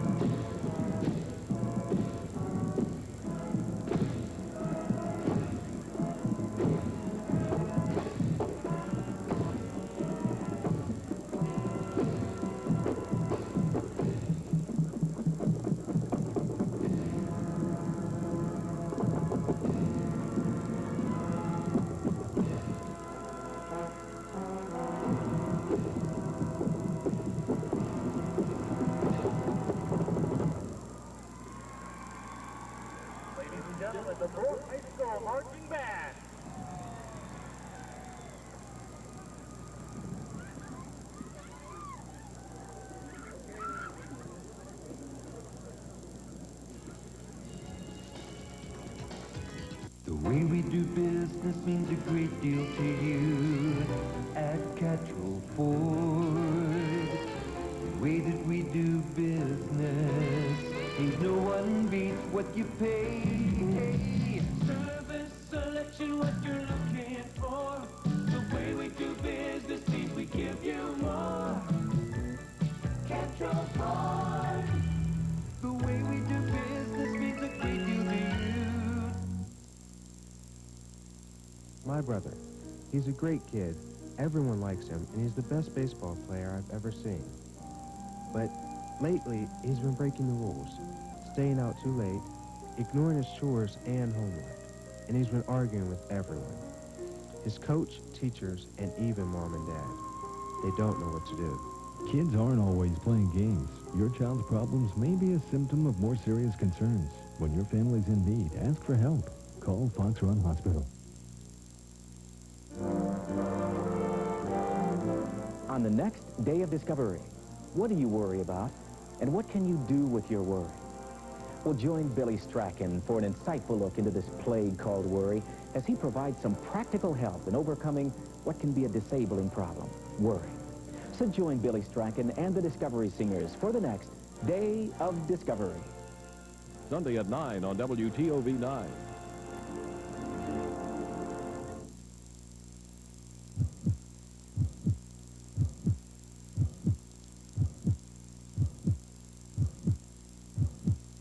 If you have questions about your heart or want a free risk profile test, call the professionals at Ohio Valley Hospital.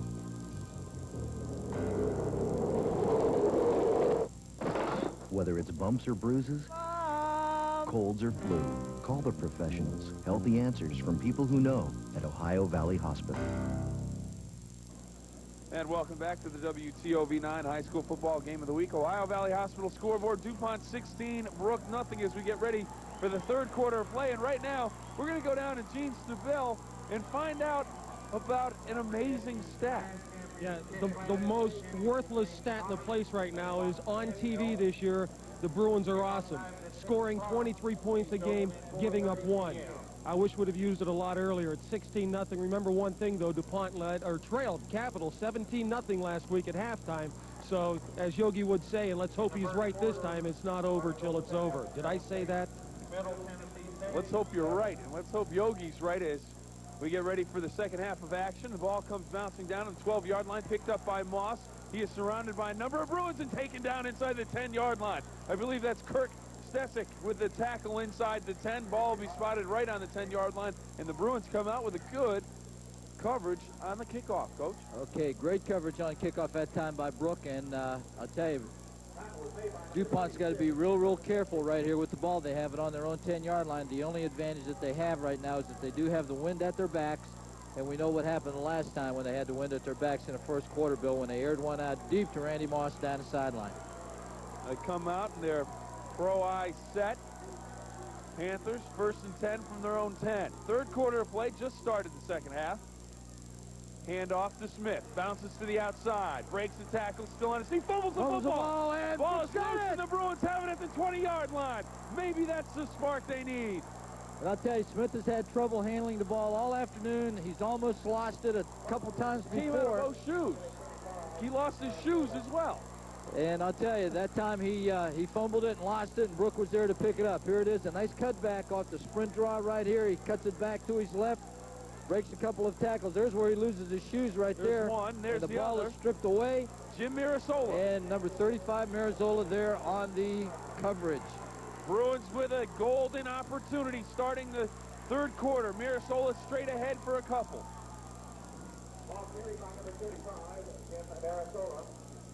Yeah, they got to get this running game going. They've opened up their offense a little bit. They've broken their formation, running more now out of the pro eye than what they did in the first quarter.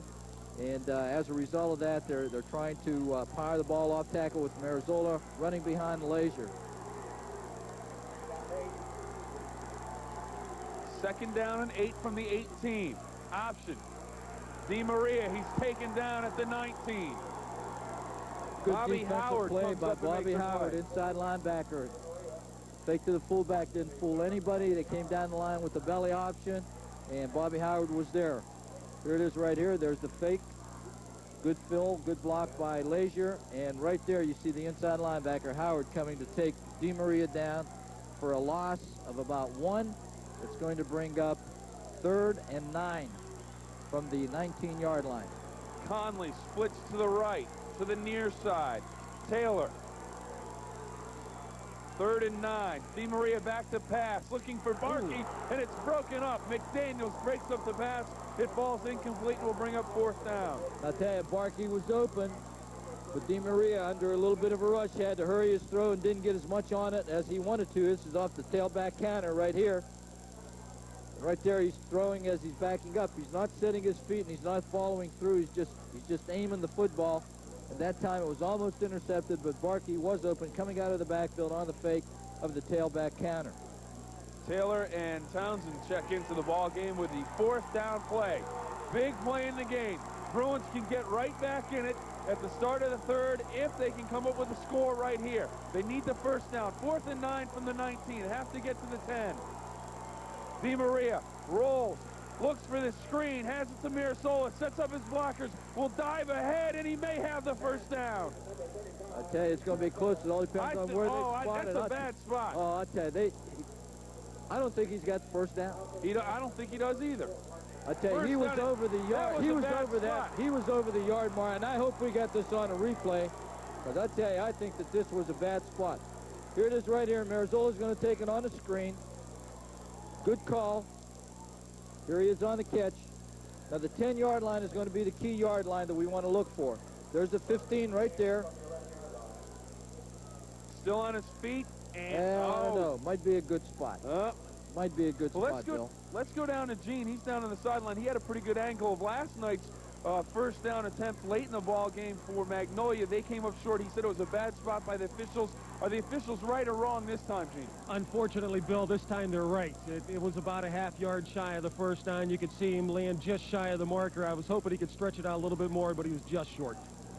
Good effort by the Bruins. They had an opportunity to get right back in it on the turnover. Maybe they can come up with another one, Coach, but that really seemed to spark the team, that turnover, and hopefully here with 9:53 they can get the ball back, down 16-0 in the 3rd.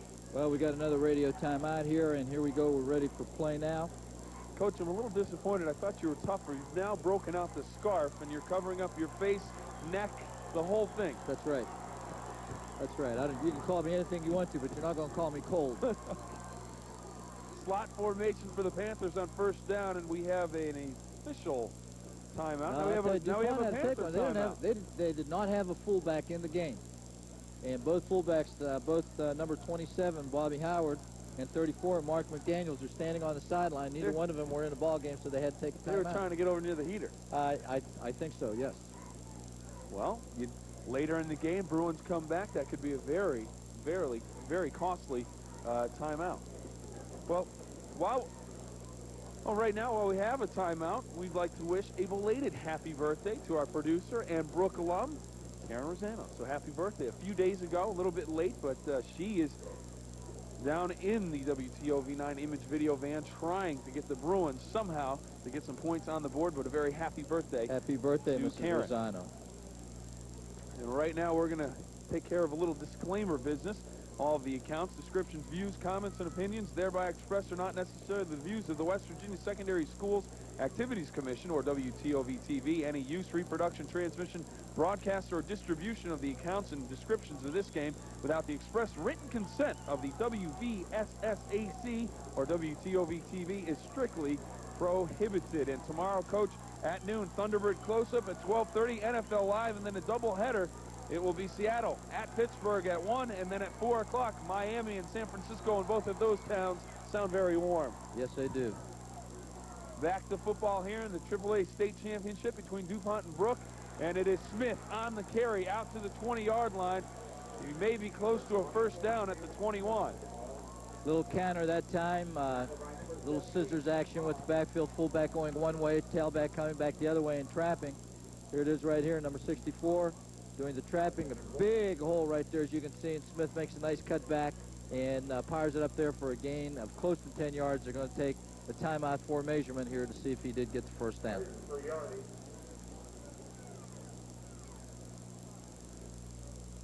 Smith is a very good cutback runner. He does a good job of finding the open area and getting to it, and it is enough for the first down.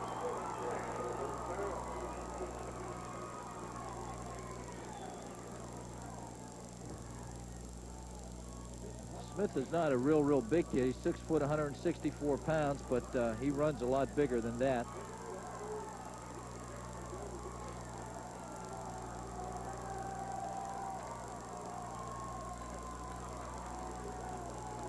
First and 10 from the 21 for the Panthers. Ford looking long for Moss. Hangs it out, and he holds it in at the 30-yard line. I don't believe it. Touchdown, Panthers. 2 Bruins right there. I'll tell you, he aired it out. An 80-yard touchdown pass. Ford to Moss. I'll tell you, nothing fancy. Straight drop back. 7-step drop, and he just throws it up there. Great camera work right here. There it is, and Moss makes the catch, takes it in for the score. That may have been the straw that broke the camel's back. Extra point attempt up and no good. So McDaniels misses 2 in a row, but the Panthers, they lead it by a score of 22-0 with 8:58 to go in the third quarter of play. We're going to take a timeout. The Ohio Valley Hospital scoreboard reflects the disappointment here in the third. We'll be back right after this. Health plan. Not only do we provide health care coverage for 77,000 people in the Ohio Valley, our employees care about activities within the community as well.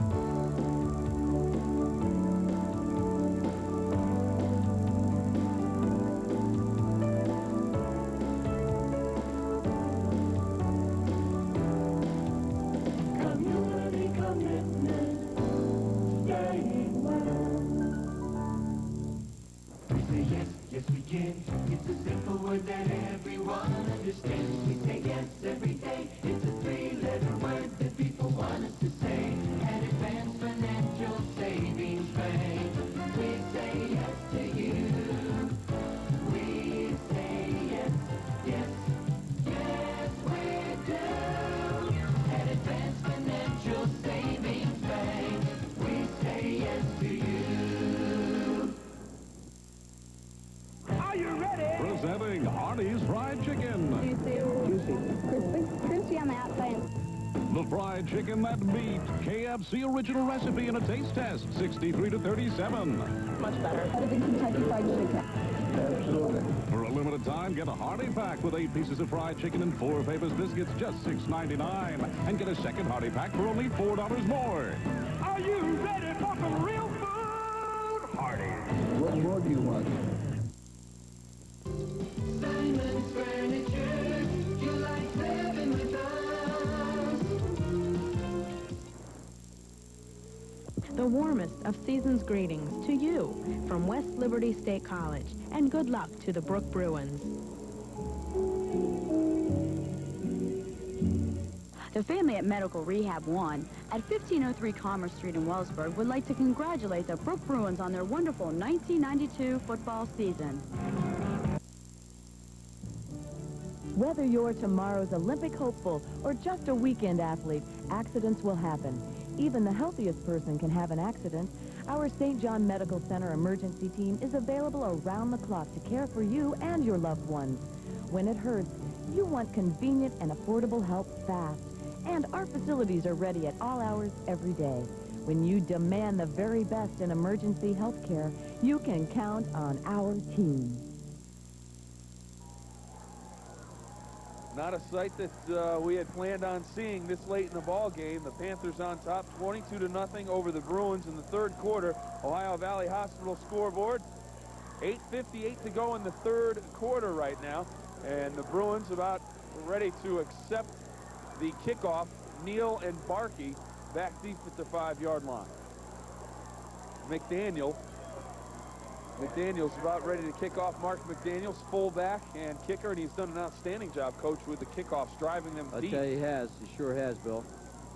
This one off a short the side kick. of his foot, off the side of his toe. Takes a hop and goes into the end zone for a touchback. Tough hop off the AstroTurf. Buck Neal couldn't control it. It'll be spotted out at the 20-yard line, 1st and 10 for the Bruins. And I'll tell you, Brook going to be starting from their own 20-yard line again, and this is going to be a real tough situation from them. They haven't been able to move the ball at all against this real good, solid DuPont defense. So, you know, we're going to have to see about what they can do right here against this DuPont defense. 1st and 10 from their own 20-yard line.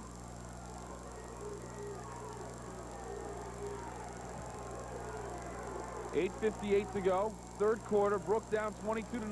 DeMaria on the carry. Moss comes up and makes the play on DeMaria. Randy Moss, that free safety coming up again on the option, does a real good job of coming up and forcing that thing from the inside out. They just stretch it out and let him come up into that seam, and he does a great job of closing that off real well when DeMaria decides to keep the ball. They have all of the options covered. Here it is right here. You'll see him come into the picture here. Right there, big number 83 comes flying up in there, and he does a great job. Townsend and Conley split right and left. DeMaria back to pass, getting pressure, steps up, has a man downfield. Townsend, the ball hangs up, though, and Singleton's going to come up with the interception. He pitches back to Moss. He's going to try to get to the near side, and he'll go out of bounds at the 47-yard line, chased out of bounds there by John Sheets. And the Panthers have everything going their way today, Coach. Well, I tell you, Brook just keeps on self-destructing. Had a break on the first possession that DuPont had in the second half, recovered a fumble down around the 20, was not able to convert. Here you see DeMaria, he's trying to go deep down the field to Conley, and the ball is just underthrown. It's real tough throwing into that real strong wind, and Sam Singleton right there makes the interception, and then laterals the ball to number 83, Randy Moss, who returns it down to the Brook 48-yard line. Handoff to Smith, and he is buried. Coming roaring in is John Sheets, number 74. Big defensive end and offensive lineman. Great job by Sheets that time. Wasn't fooled at all. Was able to take on the trapper and throw Smith for a loss of about 4 yards. Going to bring up 2nd and 14. Overall, Brook has done a relatively good job against the run. They haven't given up a real big play from the run. Smith has had some gains of 8, 9, 10 yards, but nothing real big. But it's the bomb that has really killed him, the 2 long bombs to Moss by Ford. 2nd down and 13. Ford, quick look to his tight end, has him wide open inside the 30-yard line. Billy Gilmore, number 81, he hauls it in, just found a little soft spot, ran right up the hash marks and inside the 30 after making the catch. I'll tell you what happened, Bill. They had Moss set out as a flanker to the left. They had double coverage on Moss, which left the tight end to that side wide open. So they ran a little belly action to the right, pulled that one linebacker over, and then popped the ball to their tight end for a big gain down to about the 30-yard line. Shane Hill and Mike Osborne in a slot to the near side for the Panthers. Little misdirection, hand to Smith. He is stacked up at the 25-yard line. I believe that's Todd Clark, number 70, coming in and making the tackle from the backside. I tell you, that front four of Brook has done a good job. Number 74, Sheets, is doing a good job in there. John Sheets, Chris Camilletti, Jeff Braun, Todd Clark, those guys are doing a great job. The inside linebackers doing very well also. Stesic, DeMaria, Anderson, and Marizola. And deep pass has really hurt him, and this time they have Moss set out as a flanker to the left, and pretty much the same formation as they had the last time.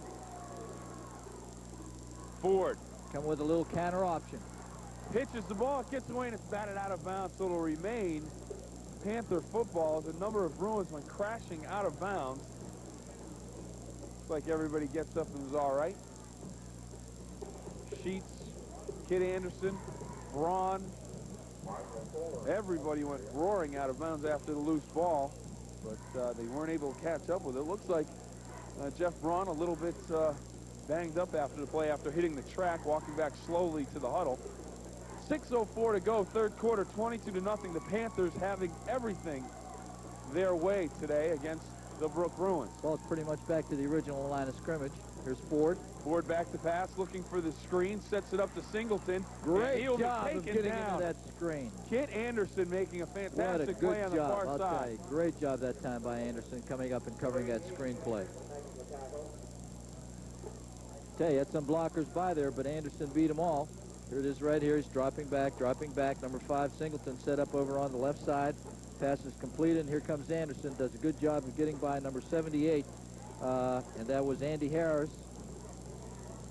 offensive tackle for DuPont, and a good job, good defensive play by Kit Anderson. Throws DuPont for a loss of about 3 or 4. It's going to bring up 4th down and about 13. And they're going to go for it. Moss and Osborne in a slot to the far side. Smith, your tailback. Ford looking to put it up. Looks downfield for his tight end. Gilmore, he has it, and he's into the end zone. Touchdown, Panthers.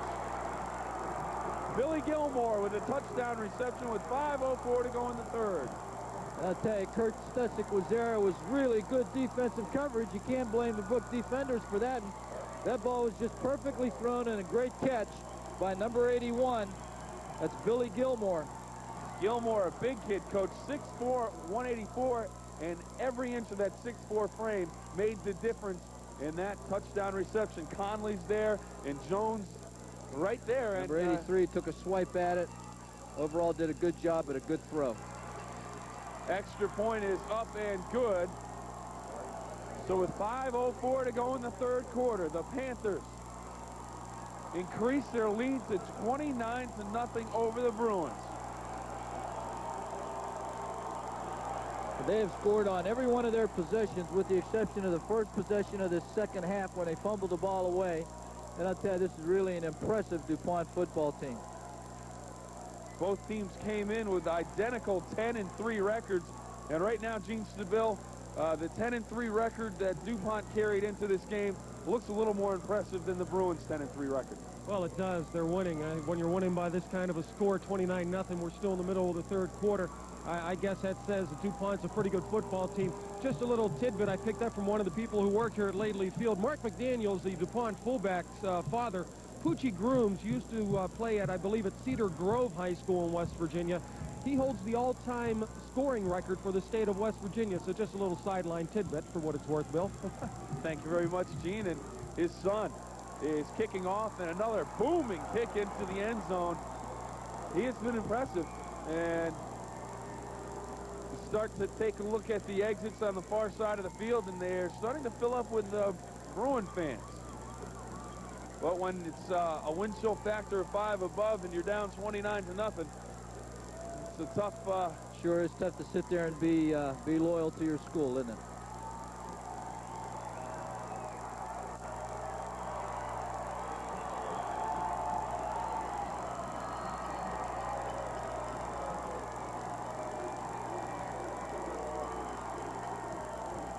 First and 10, ball on the 20-yard line for the Bruins.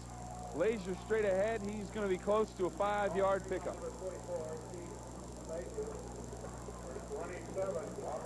Big number 44, Steve Lazier. First time he's touched the ball since early in the first half.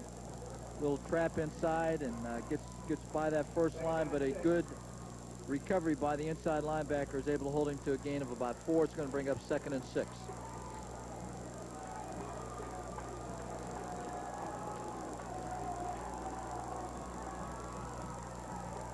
The option, DiMaria taken down in the backfield.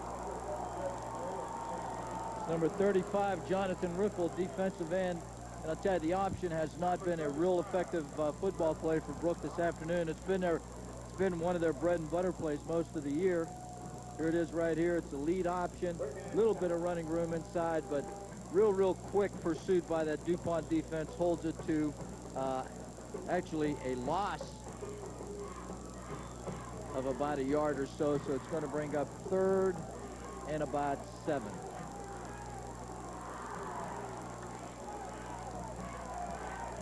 DiMaria up top, ball batted up and intercepted. The Panthers with another turnover. Number 82 coming up with the INT, Jeff Thompson. But I'll tell you, this DuPont team can do no wrong today.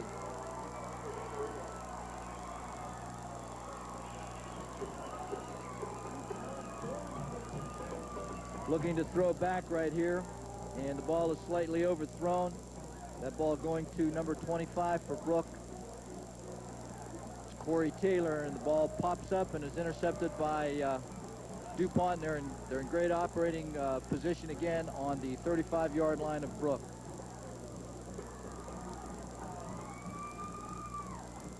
Handoff. McDaniels. He's down inside the 30-yard line.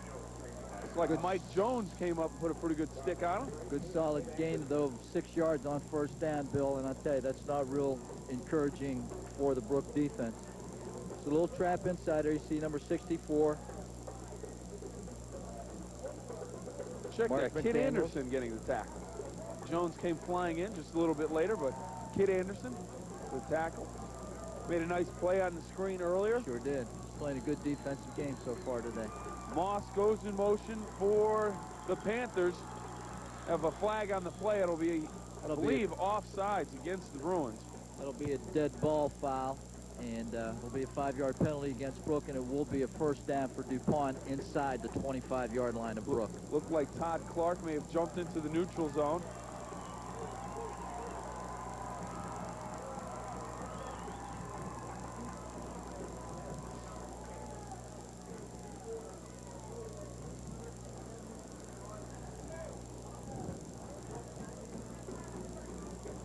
.225 to go, third quarter. Panthers on top, 29-0.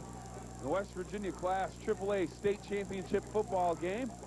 I'm Bill Phillips, along with Coach Rich Walensky and Gene Stabile down on the sideline of Laidley Field here in Charleston. Right now, the Panthers having everything their way.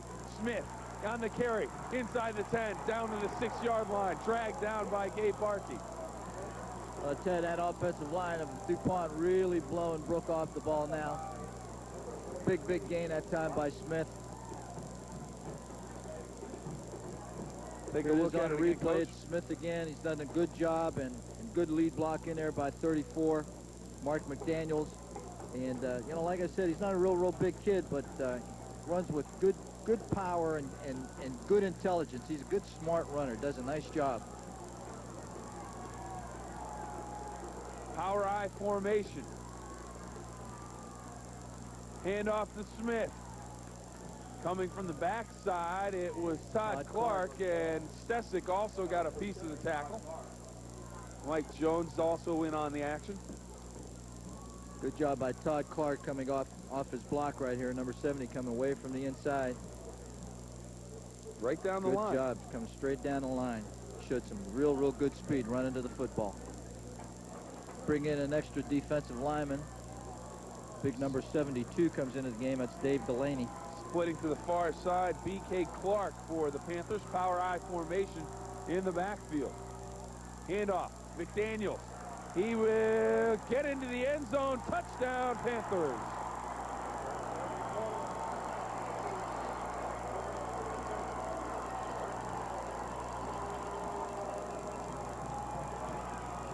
The outside belly play off the power I. There it is right there, 34. Finds a little crease to the outside and just powers his way in, just gets in before he's pushed out of bounds, just gets right inside the pylon for the score, and he will attempt the extra point.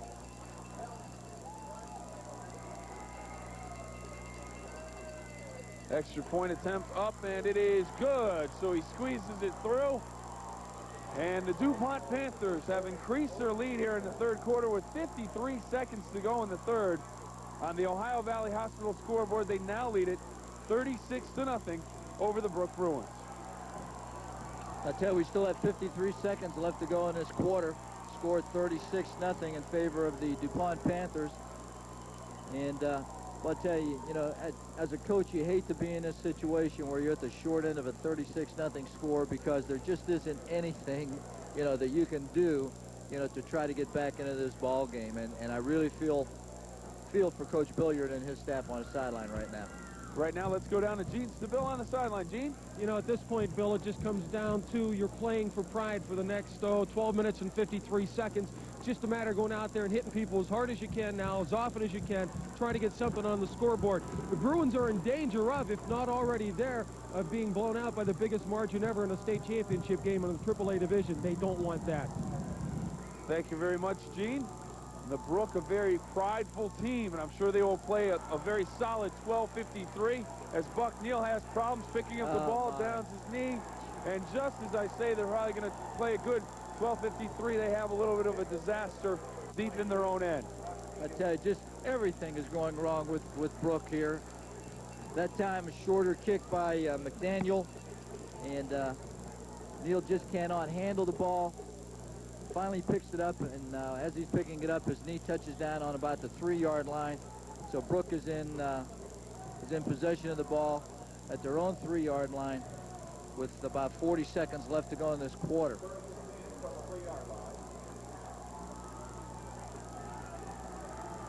There's Lazier.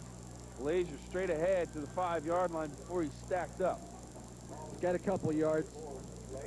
Gets that to about the 5, so it's going to bring up a 2nd and 8 situation. And that may have been the last play of the 3rd quarter. I don't think that Brook will run another play in this quarter, and once we turn around here, they at least will have advantage of the wind, and maybe that'll give DeMarie an opportunity to put the ball up.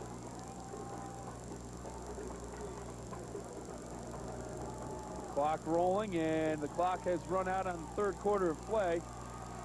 So at the end of 3 quarters on the Ohio Valley Hospital scoreboard, the Brook Bruins having a tough afternoon.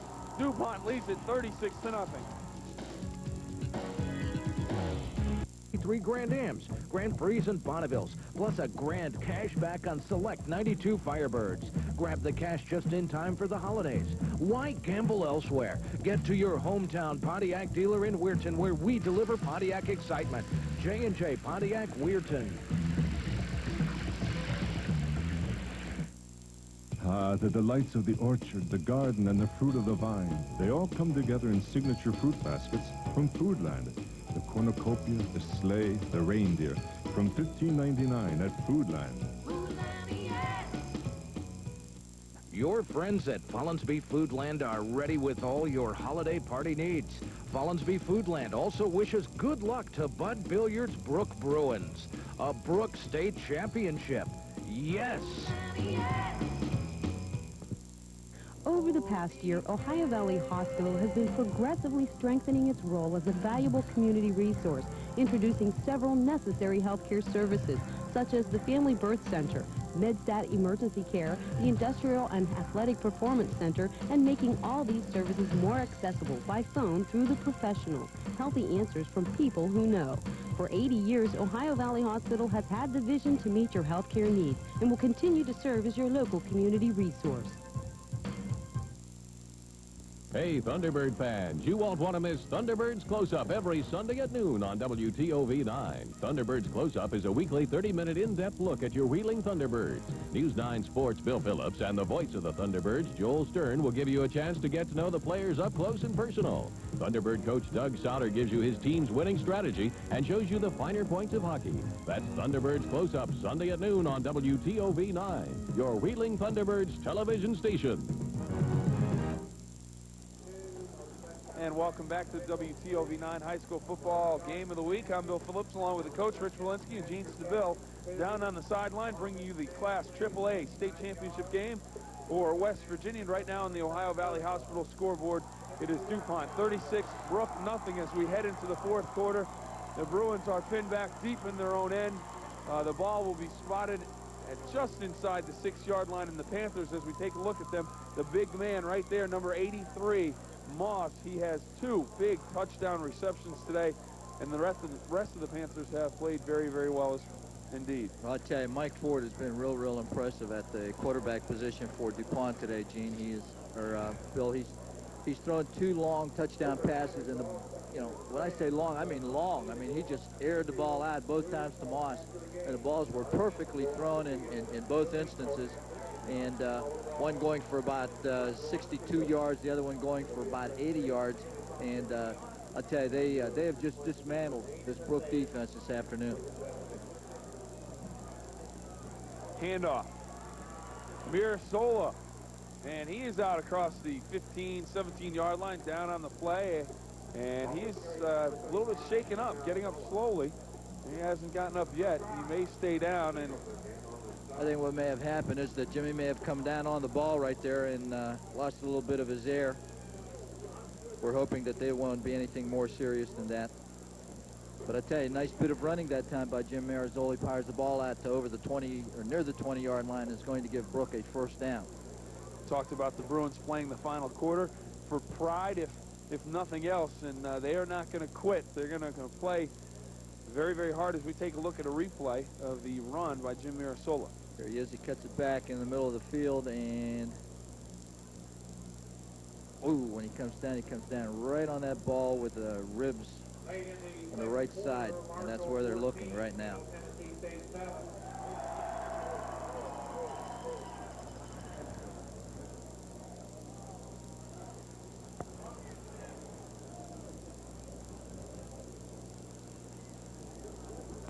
Jim Marizoli still down on the field, being attended to by the Brook training staff.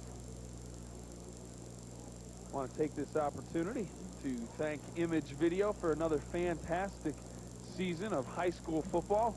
And without their help, WTOV9 would not be able to bring 21 games, a new record, into the televisions of the Ohio Valley for another year. But we want to thank Image Video for a fine job again. And I want to thank the camera people here this weekend out in the cold. Well, I tell you, they have been. They've done a yeoman-type job. I'll tell you, all of the people have done an excellent job. All the people at the technical end and all the guys down in the truck and the camera people and grips and everybody else have done an excellent job. I tell you, I really admire their professional attitudes.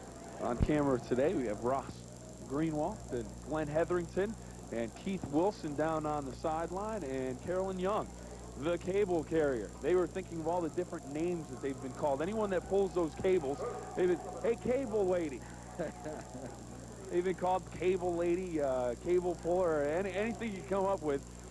Carolyn has taken the abuse this weekend, but she continues to do a fine job. So I want to thank all of the crew from both Image Video and WTOV9 that just make our games and our job much easier, Coach. But right now, back to football. 1st and 10 from the 19-yard line, and Di Maria is going to be taken down for a loss back inside the 10-yard line, and that play didn't look good from the time they snapped the football. Well, I tell you, look, and there's 5 blue shirts right around Di Maria. They just pushed that Brook offensive line right back into his face. Here it comes right here. You can see number 60 comes in there pretty clean. Number 21 comes off the corner, and just nowhere for Di Maria to go, and thrown for a loss of close to 10 yards.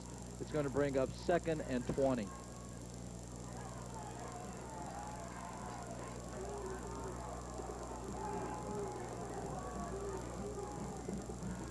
Handoff, Barkey, he's stacked up, coming through with a big hit. Bobby 27. Howard, number 27, a linebacker, fullback, and linebacker for the Panthers. He gets a good, solid hit on Barkey. Their 2 fullbacks are also their 2 inside linebackers. That's Bobby Howard and Mark McDaniels, 27 and 34.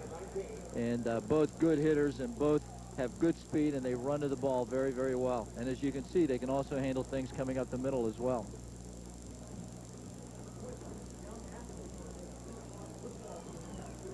It's going to bring up 3rd and 19. Gain of about 1.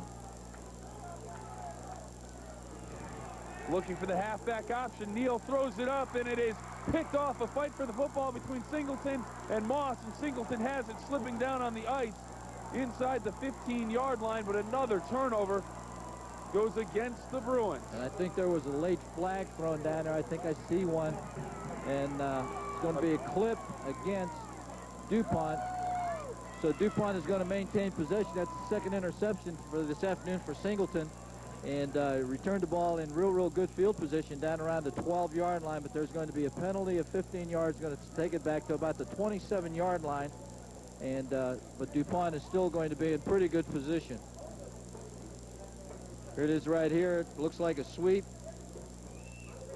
Neal pulls up and gets hit from behind just as he throws, and the ball is short. Singleton, number 5, is there, and it's a it's a battle between Singleton and Moss as to who's going to intercept the ball, and Singleton wrestled it away from Moss and returned it down to the 12, and then there was a clip, and it's going to be 1st and 10 for DuPont on the 29-yard line of Brook. Bring up the 1st and 10. Split out to the near side. B.K. Clark, full house backfield, power I formation for the Panthers. Option, Ford with the pitch to Smith. He'll be forced out of bounds by number Corey Conley. Corey Conley. I'll tell you, has nice speed when he turns that corner. It looked like there wasn't going to be anything. It looked like Brook was in pretty good position to cover all of the phases of the option, but once Smith got the pitch, he turned on the burners and was able to turn the corner for a gain of about 6. It's going to bring up a 2nd and 4. Coach, looking across to the far side of the field, Jim Mirasola, who picked up that 1st down in the last Bruin possession out near the 19, fell on the football. Looked like he may have had the wind knocked out of him. Maybe a little more serious than that. He's still being attended to on the far side. Don't want to guess, but the way he came down on his ribs, you never know. He may have suffered a rib injury. Sure. Hopefully it's not that. Hopefully he's still trying to just get his wind back as Smith carries on a play that gives the Panthers another 1st down, but Mirasola is still being attended to on the far side. Hopefully he is okay. I'm sure he won't be back and seeing any more action in the ball game. And we certainly hope that it isn't anything real serious.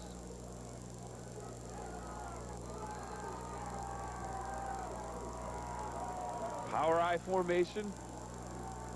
Hughes to the far side, split out. Handoff goes to Smith, straight up the middle. Tries to cut it to the outside, taken down at about the 12-yard line. Pickup of about 5 on the play. We'll call it 2nd down and 5. Boy, he just keeps looking for that cutback every time he gets the ball. Here it is again. You can see the hold back to the right, and he takes advantage of it and is able to move the ball up for a gain of 5. So it's going to bring up a 2nd and 5 from about the 12-yard line of Brook.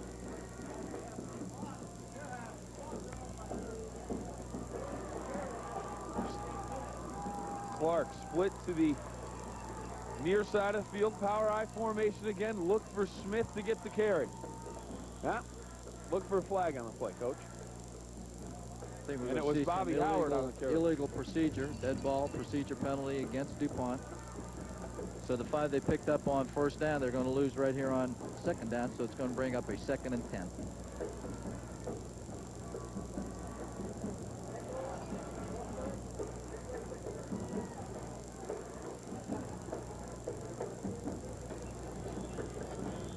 They'll wind the clock. It rolls now inside of 8:25. I'm thinking that DuPont's going to be content to keep the ball on the ground and try to run as much time off the clock as they can without putting the ball up. I'm hoping. Randy Moss back in the game. You never know. Handoff to Smith. Todd Clark getting the tackle at about 12-yard line. Pickup of about 5 will bring up 3rd and 5 for the Panthers. Gene Seville down on the sideline, still trying to stay warm as we take a look at the replay. And it's Smith and Gene from ground level. How good does he look? He's always looking for that cutback that Coach talks about. How tough is he from your perspective? Well, what he does real well is run in traffic. He's real tough to get a hand on and get a good hit on, and that's what's being, that's his success this afternoon. Nobody's getting a real good clean shot at him. You can see when they do, he does go down, but he's tough to get a clean shot on. 3rd and 5 from the 12 for the Panthers. Fumble football, ball's loose on the ground, and it looks Brooke like has it. Kit Anderson has it.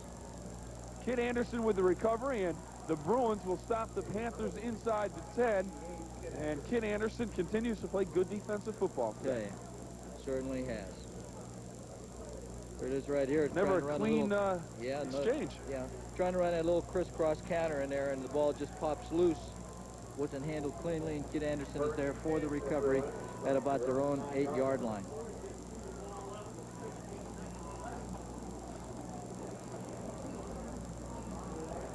Seven minutes left to go in the ball game, and Brook about 93 yards away from the end zone. And they haven't been real successful offensively all afternoon against this tough DuPont defense. Option. DeMaria keeps. Stretches out close to the 15-yard line. Jeremy Sweeney coming up and making the tackle on the play, number 21. Good look at DeMaria there, and he was thrown into the fire. Early on in the season, Chris Wiesiak, the quarterback, a 3-year starter for the Brook Bruins, led them to a state title just a few years ago as a sophomore. They thought this would be his senior year to lead them back there, but he was injured. He's out with a knee injury for the entire season since the injury, and DeMaria has taken over and led the Bruins to the state championship game. He's done a good job, and he keeps on the option, has some running room, and he's out across the 25, 30-yard line and down to the 35, and that's what he has done for the Bruins since coming in and subbing. He has not given up. He has played good, solid football, and he has done a very good job filling in at quarterback, and he will be back next year. He's going to be back for 2 years. He's only a sophomore. He does a nice job here, picks his way through the secondary, and takes the ball up there for a good solid gain up to about their own 35-yard line. Slot formation, Taylor and Conley for the Bruins. DeMaria back to pass, getting pressure, gets rid of it, and it is picked off by Sweeney at the 40-yard line. That's a third interception this afternoon for that DuPont defense. Really good coverage by the DuPont secondary and the linebackers. There just hasn't been any real open receivers for DeMaria to throw to all afternoon. Little sprint out right here. He's trying to just touch the ball over the outside linebacker, but a great reach that time by Sweeney. Pulls the ball down for the interception, and now we have some backups in there for DuPont. Get your rosters ready.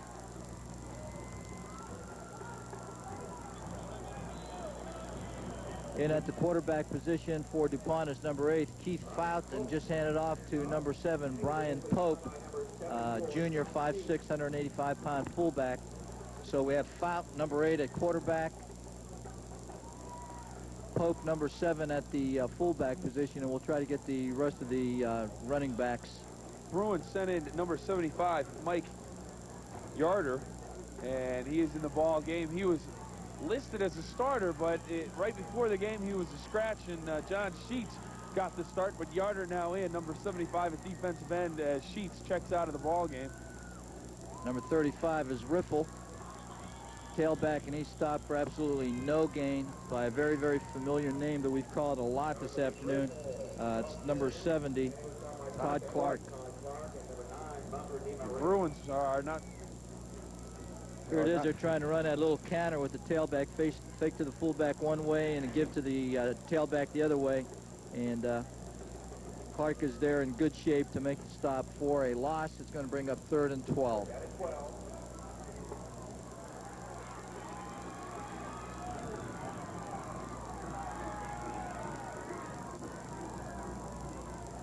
Quick pitch and nowhere to go for the Panthers on 3rd down and 12. They will be bottled up, and they will have to kick the football away. I believe there was a fumble on the play, recovering the ball, number 67.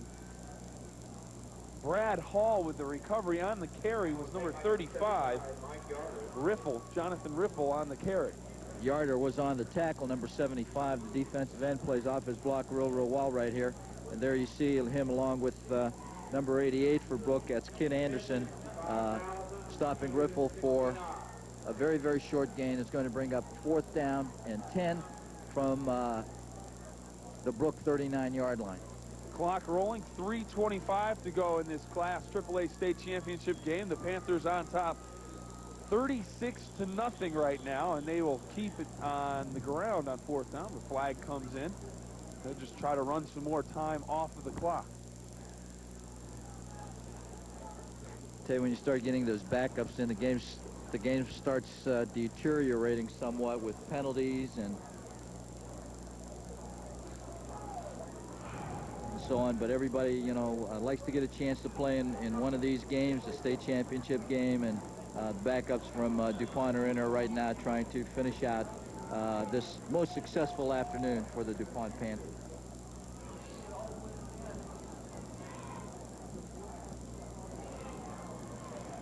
They're in the punt formation now. They're going to kick it away. Fout, the quarterback. High snap. He gets it down. It goes off the side of his foot, but takes a hop inside the 30 where it'll be down by the Panthers at the 30-yard line. And that's where the Bruins will take over with 3:01 to go in the game. And Fourth a quarter whole score. lot of new clean shirts going in for DuPont. Panthers holding up the index finger. That indicates that, yes, indeed, this year, 1992, the DuPont Panthers are the best team in the state of West Virginia as they come up with the state championship title, winning it here in Charleston this afternoon over the Brook Bruins by a score of, well, right now, 36-0. Hopefully the Bruins can avoid the shutout, put something on the board, Coach. And I tell you, this DuPont team has been very, very impressive today. They've really done an excellent job offensively and especially defensively. The Brook offense has been a very, very consistent, offense all year, and DuPont has just, shut them down completely. Haven't been able to run the ball, haven't been able to throw the ball at all this afternoon. Gene Seville, as impressive as the Panthers have been this afternoon, how impressive has the job been that Bud Billiard and his coaching staff has done to be able to get these Bruins this far in the playoffs? This is a team that was just riddled with injuries all season long. Really, it's a wonder that they got here in the first place. They've been hurt. Someone has stepped in, done the job. The regular comes back eventually. You talked about Jimmy Marisola's injury. Don't forget he hurt those ribs in the North Marion game, and that's probably why he's out now. Oh, back to play. Di Maria looking to pass. He's going to tuck it away and run. He's out across the 35 and down at the 39-yard line. Clock will continue to run with 2:43 to go in the game. 36-0, the Panthers on top, as looks like Corey Connolly will check back into the game. Bruins would love to put a touchdown up on the board before the end of the game. It's a gain of 8 yards that time for Di Maria. It'll bring up a 2nd and 2 situation. Handoff. Neal. Out across the 40. He'll have the first down, and as the ball popped loose, no, they ruled that he is down. They ruled that he is down. And it's a good call, too. Coach, I'll tell you what, the Class A state championship game still has to be played here in Charleston tonight. Well, I tell you, that's it is going to be cold. That is going to be a very cold one. As cold as it is now, with a wind chill of just 5 above 0, I don't know what it's going to be like tonight. Well, I tell you, it's Maywan and Fayetteville that will be playing tonight, and at 7:30.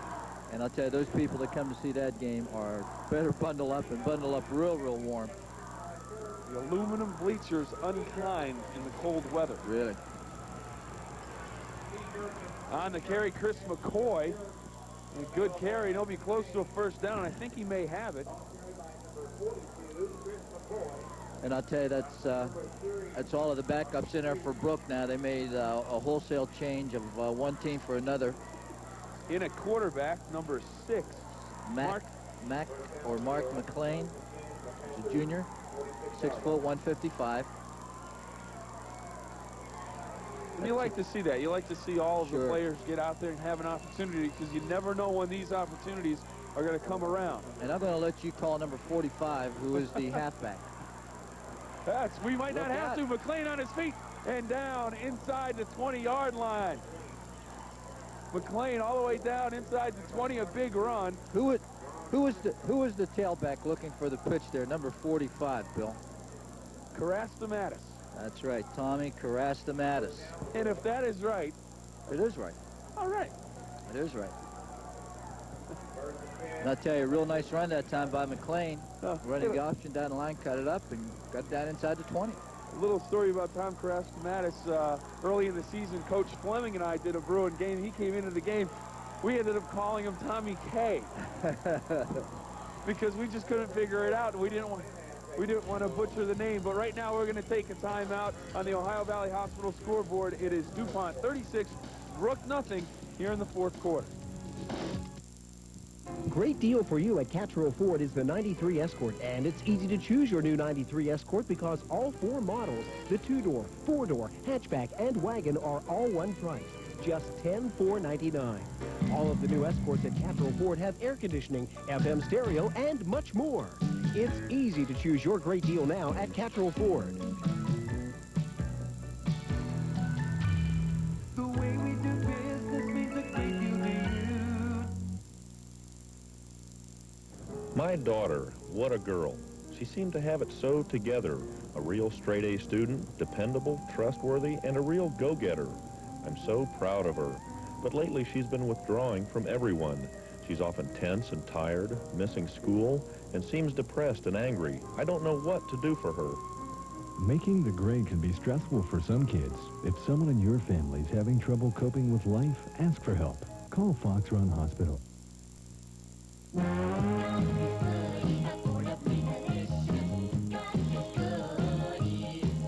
Make your Christmas party extra special this year with a Gus's Goodies decorated cake. Order your Christmas goodies now. We have fantastic cookie trays, nut rolls, kolache cookies, and Christmas butter cutout cookies.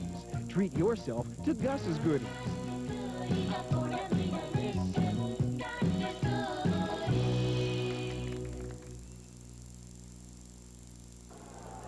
And welcome back to the WTOV9 High School Football Game of the Week. A penalty against DuPont. We believe it was for too many men on the field. It's illegal participation is what the call was, Bill, and they had too many people on the field. The ball carrier on the last play was number 34, Frank Benham, and puts Brook inside the 10-yard line, so it's going to be first and goal for Brook from there. First time all day.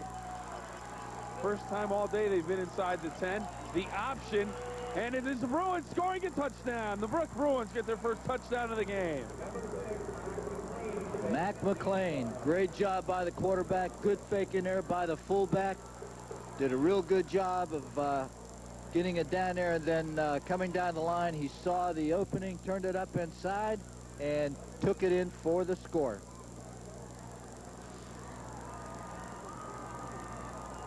Fifth 55 seconds to go in the ball game. Here it is on the replay. It good fake inside, pulls everybody in, turns it up, and takes it in for the score right there. Good job by Mac.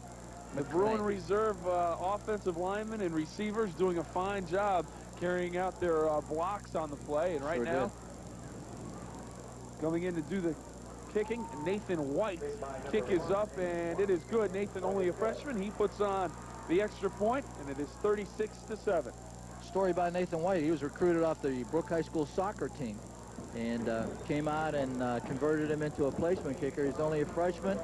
He's got a little bit to learn yet about kicking the football, but I'll tell you, he's got a good, strong leg, and into the future, and he's going to be the kicker of the future for Brook. Well, right now on the Ohio Valley Hospital scoreboard with 55 seconds to go in the game, the Panthers lead the Bruins 36-7. Right now, let's go down to Gene Stabile. Well, it's hard to find fun things to talk about when you're getting pounded, but if you remember back in the John Marshall game, it was Mac McLean who was the quarterback for most of the game, and guess who came in to replace him late in the game coming back from a hand injury? Right, Joe DiMaria. Well, Joe DiMaria had a heck of a run in that game and scored the only touchdown in the game for the Bruins. The opposite this afternoon as Mac comes in and gets the touchdown late to put the Bruins on the board. Ironic happenings with the Bruins this afternoon at Laidley Field, and unfortunately, they're happening when they're down big, 36-7 in the Class AAA State Championship game with 55 seconds to go. Let's see if Brook attempts an onside kick. Number 71 for Brook is going to be the placement kicker. That's Eric Wijak.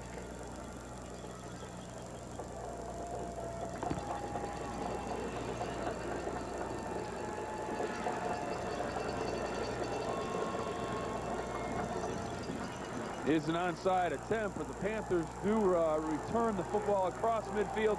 Big number 65. Robbie Bennett. 6'4", 237-pound sophomore. And the moves of a tailback. Wow. I'll tell you, DuPont has some really big kids at offensive and defensive line. You know, they've really done a good job this afternoon, too. They've controlled the line of scrimmage on both sides of the football. Clock is running, and backups are still in there for DuPont and also for Brook. Bruins call for a timeout. Didn't have enough men on the field.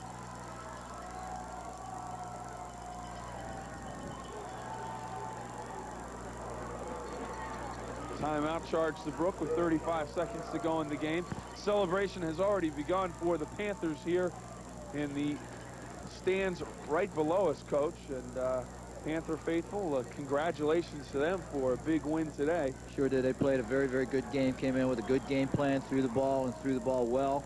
Threw the ball well deep to that combination of 4 to Randy Moss. To Randy Moss was very, very effective today. Well, more than anything else, you know, you have to give credit to that DuPont defensive unit. They've done a great job this afternoon and virtually shut out a very, very good Brook running team. Handoff. And running big into the secondary, number 7, Brian Pope.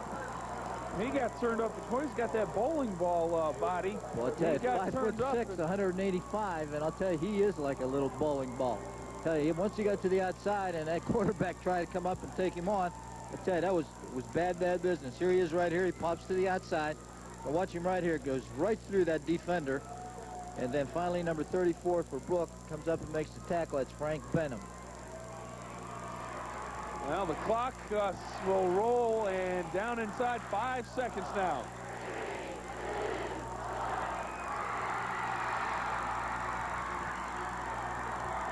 That's it. That's the ball game. Big win for DuPont. They're the Class AAA champions in the state of West Virginia for 1992. The Ohio Valley Hospital scoreboard reads this way: 36-7. The Panthers roll all over the Bruins by a score of 36-7. We'll be right back after this. Johnny was just born when he joined the health plan. That was over 12 years ago. Today, I still haven't learned everything about an HMO. But I do know when my wife, kids, or I visit our doctor, all we have to do is present our health plan card and make a small copayment. The doctor takes care of us, and we seldom see a bill. No paperwork either. To me, that's how an HMO should work.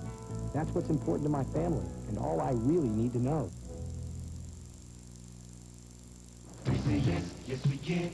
It's a simple word that everyone understands. We say yes every day. It's a 3-letter word that people want us to say. At Advanced Financial Savings Bank, we say yes to you. We say yes, yes, yes we do. At Advanced Financial Savings Bank, we say yes to you. Are you ready? Presenting Hardee's Fried Chicken. Juicy. Crispy. Crispy on the outside. The fried chicken that beat KFC original recipe in a taste test, 63-37. Much better. Out of the Kentucky Fried Chicken. Absolutely. For a limited time, get a Hardy Pack with 8 pieces of fried chicken and 4 Famous biscuits, just $6.99. And get a second Hardy Pack for only $4 more. Are you ready for some real food? Hardee's. What more do you want? Our Wolfgang Printing, your full-service printing company, includes wedding invitations and Christmas cards 15% off every day. Wishes the Brook Bruins good luck in tonight's game. Historic Drovers Inn Restaurant and Tavern. Dine in an authentic 1848 Country Inn. We cater to showers, rehearsal dinners, small weddings, business meetings, and luncheons. Highland Springs Golf Club in Wellsburg, West Virginia, wishes good luck to Brook High School in tonight's games. Whether you're tomorrow's Olympic hopeful or just a weekend athlete, accidents will happen. Even the healthiest person can have an accident. Our St. John Medical Center emergency team is available around the clock to care for you and your loved ones. When it hurts, you want convenient and affordable help fast. And our facilities are ready at all hours every day. When you demand the very best in emergency health care, you can count on our team. Well, partner, a long day at the ballpark. Yeah, it's been a tough one. You know, what can you say? You know, that was us a few times, and today it's just kind of a different pill to swallow. A few years ago, Gene, you was probably with us. We came down here in 1985, and on this field we put a number on Stonewall. And, you know, today I said late in the fourth quarter, I told our coaches, and I said, you know, I can remember that day like it was last night. I know what they were feeling like now. So, other than, you know, the only thing I can say is I think they got a fine football team, and I think that they've done a great job with getting it out of them. And the other thing, I feel that they were hot coming in, and they stayed hot. And today, maybe our bubble broke, Gino. With the tough year that you had, the injuries and everything else, I think you got to be happy to get here and have a shot. Tried it, didn't make. Maybe we'll get back here again sometime. Congratulations on a good year, Coach. All right, thank you. Bye-bye. Coach Buck Billiard, the short end of a long score this afternoon. There will be other years in the Bruins. I think we can safely say we'll get back to Charleston. Bill? Thank you very much, Gene. Gene Stabill down on the sidelines. A fine job for second day in a row. First with the Magnolia Blue Eagles. We'd like to thank Gene for helping us out. Gene with WRKY and WSTV. And thank him again for another great job. Coach, the final game of the year. How does it all wrap up? First, some final thoughts on the Bruins game. Well, on the Bruins and on especially the Bruins, Brooke has had a lot of success over the years, and Coach Billiard has had a lot of success over the years, but I think this year has probably been his best coaching job that he's done in his career.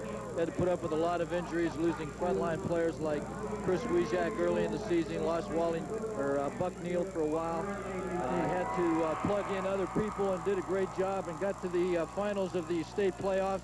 And in my estimation, is probably the best coaching job that he's ever done. And I want to congratulate Brooke and Coach Billiard and his staff and the kids. I think they had an outstanding year. It's been real nice working with you this year, Bill. Thanks a lot for everything. And it's always a pleasure working with real pros like yourself. It is a pleasure to work with you, sir, and our congratulations to the Brook Bruins, the 1992 state runner-up in the Class AAA of West Virginia. The final score once again on the Ohio Valley Hospital scoreboard, the DuPont Panthers 36, the Brook Bruins 7. Until next year, everybody, so long.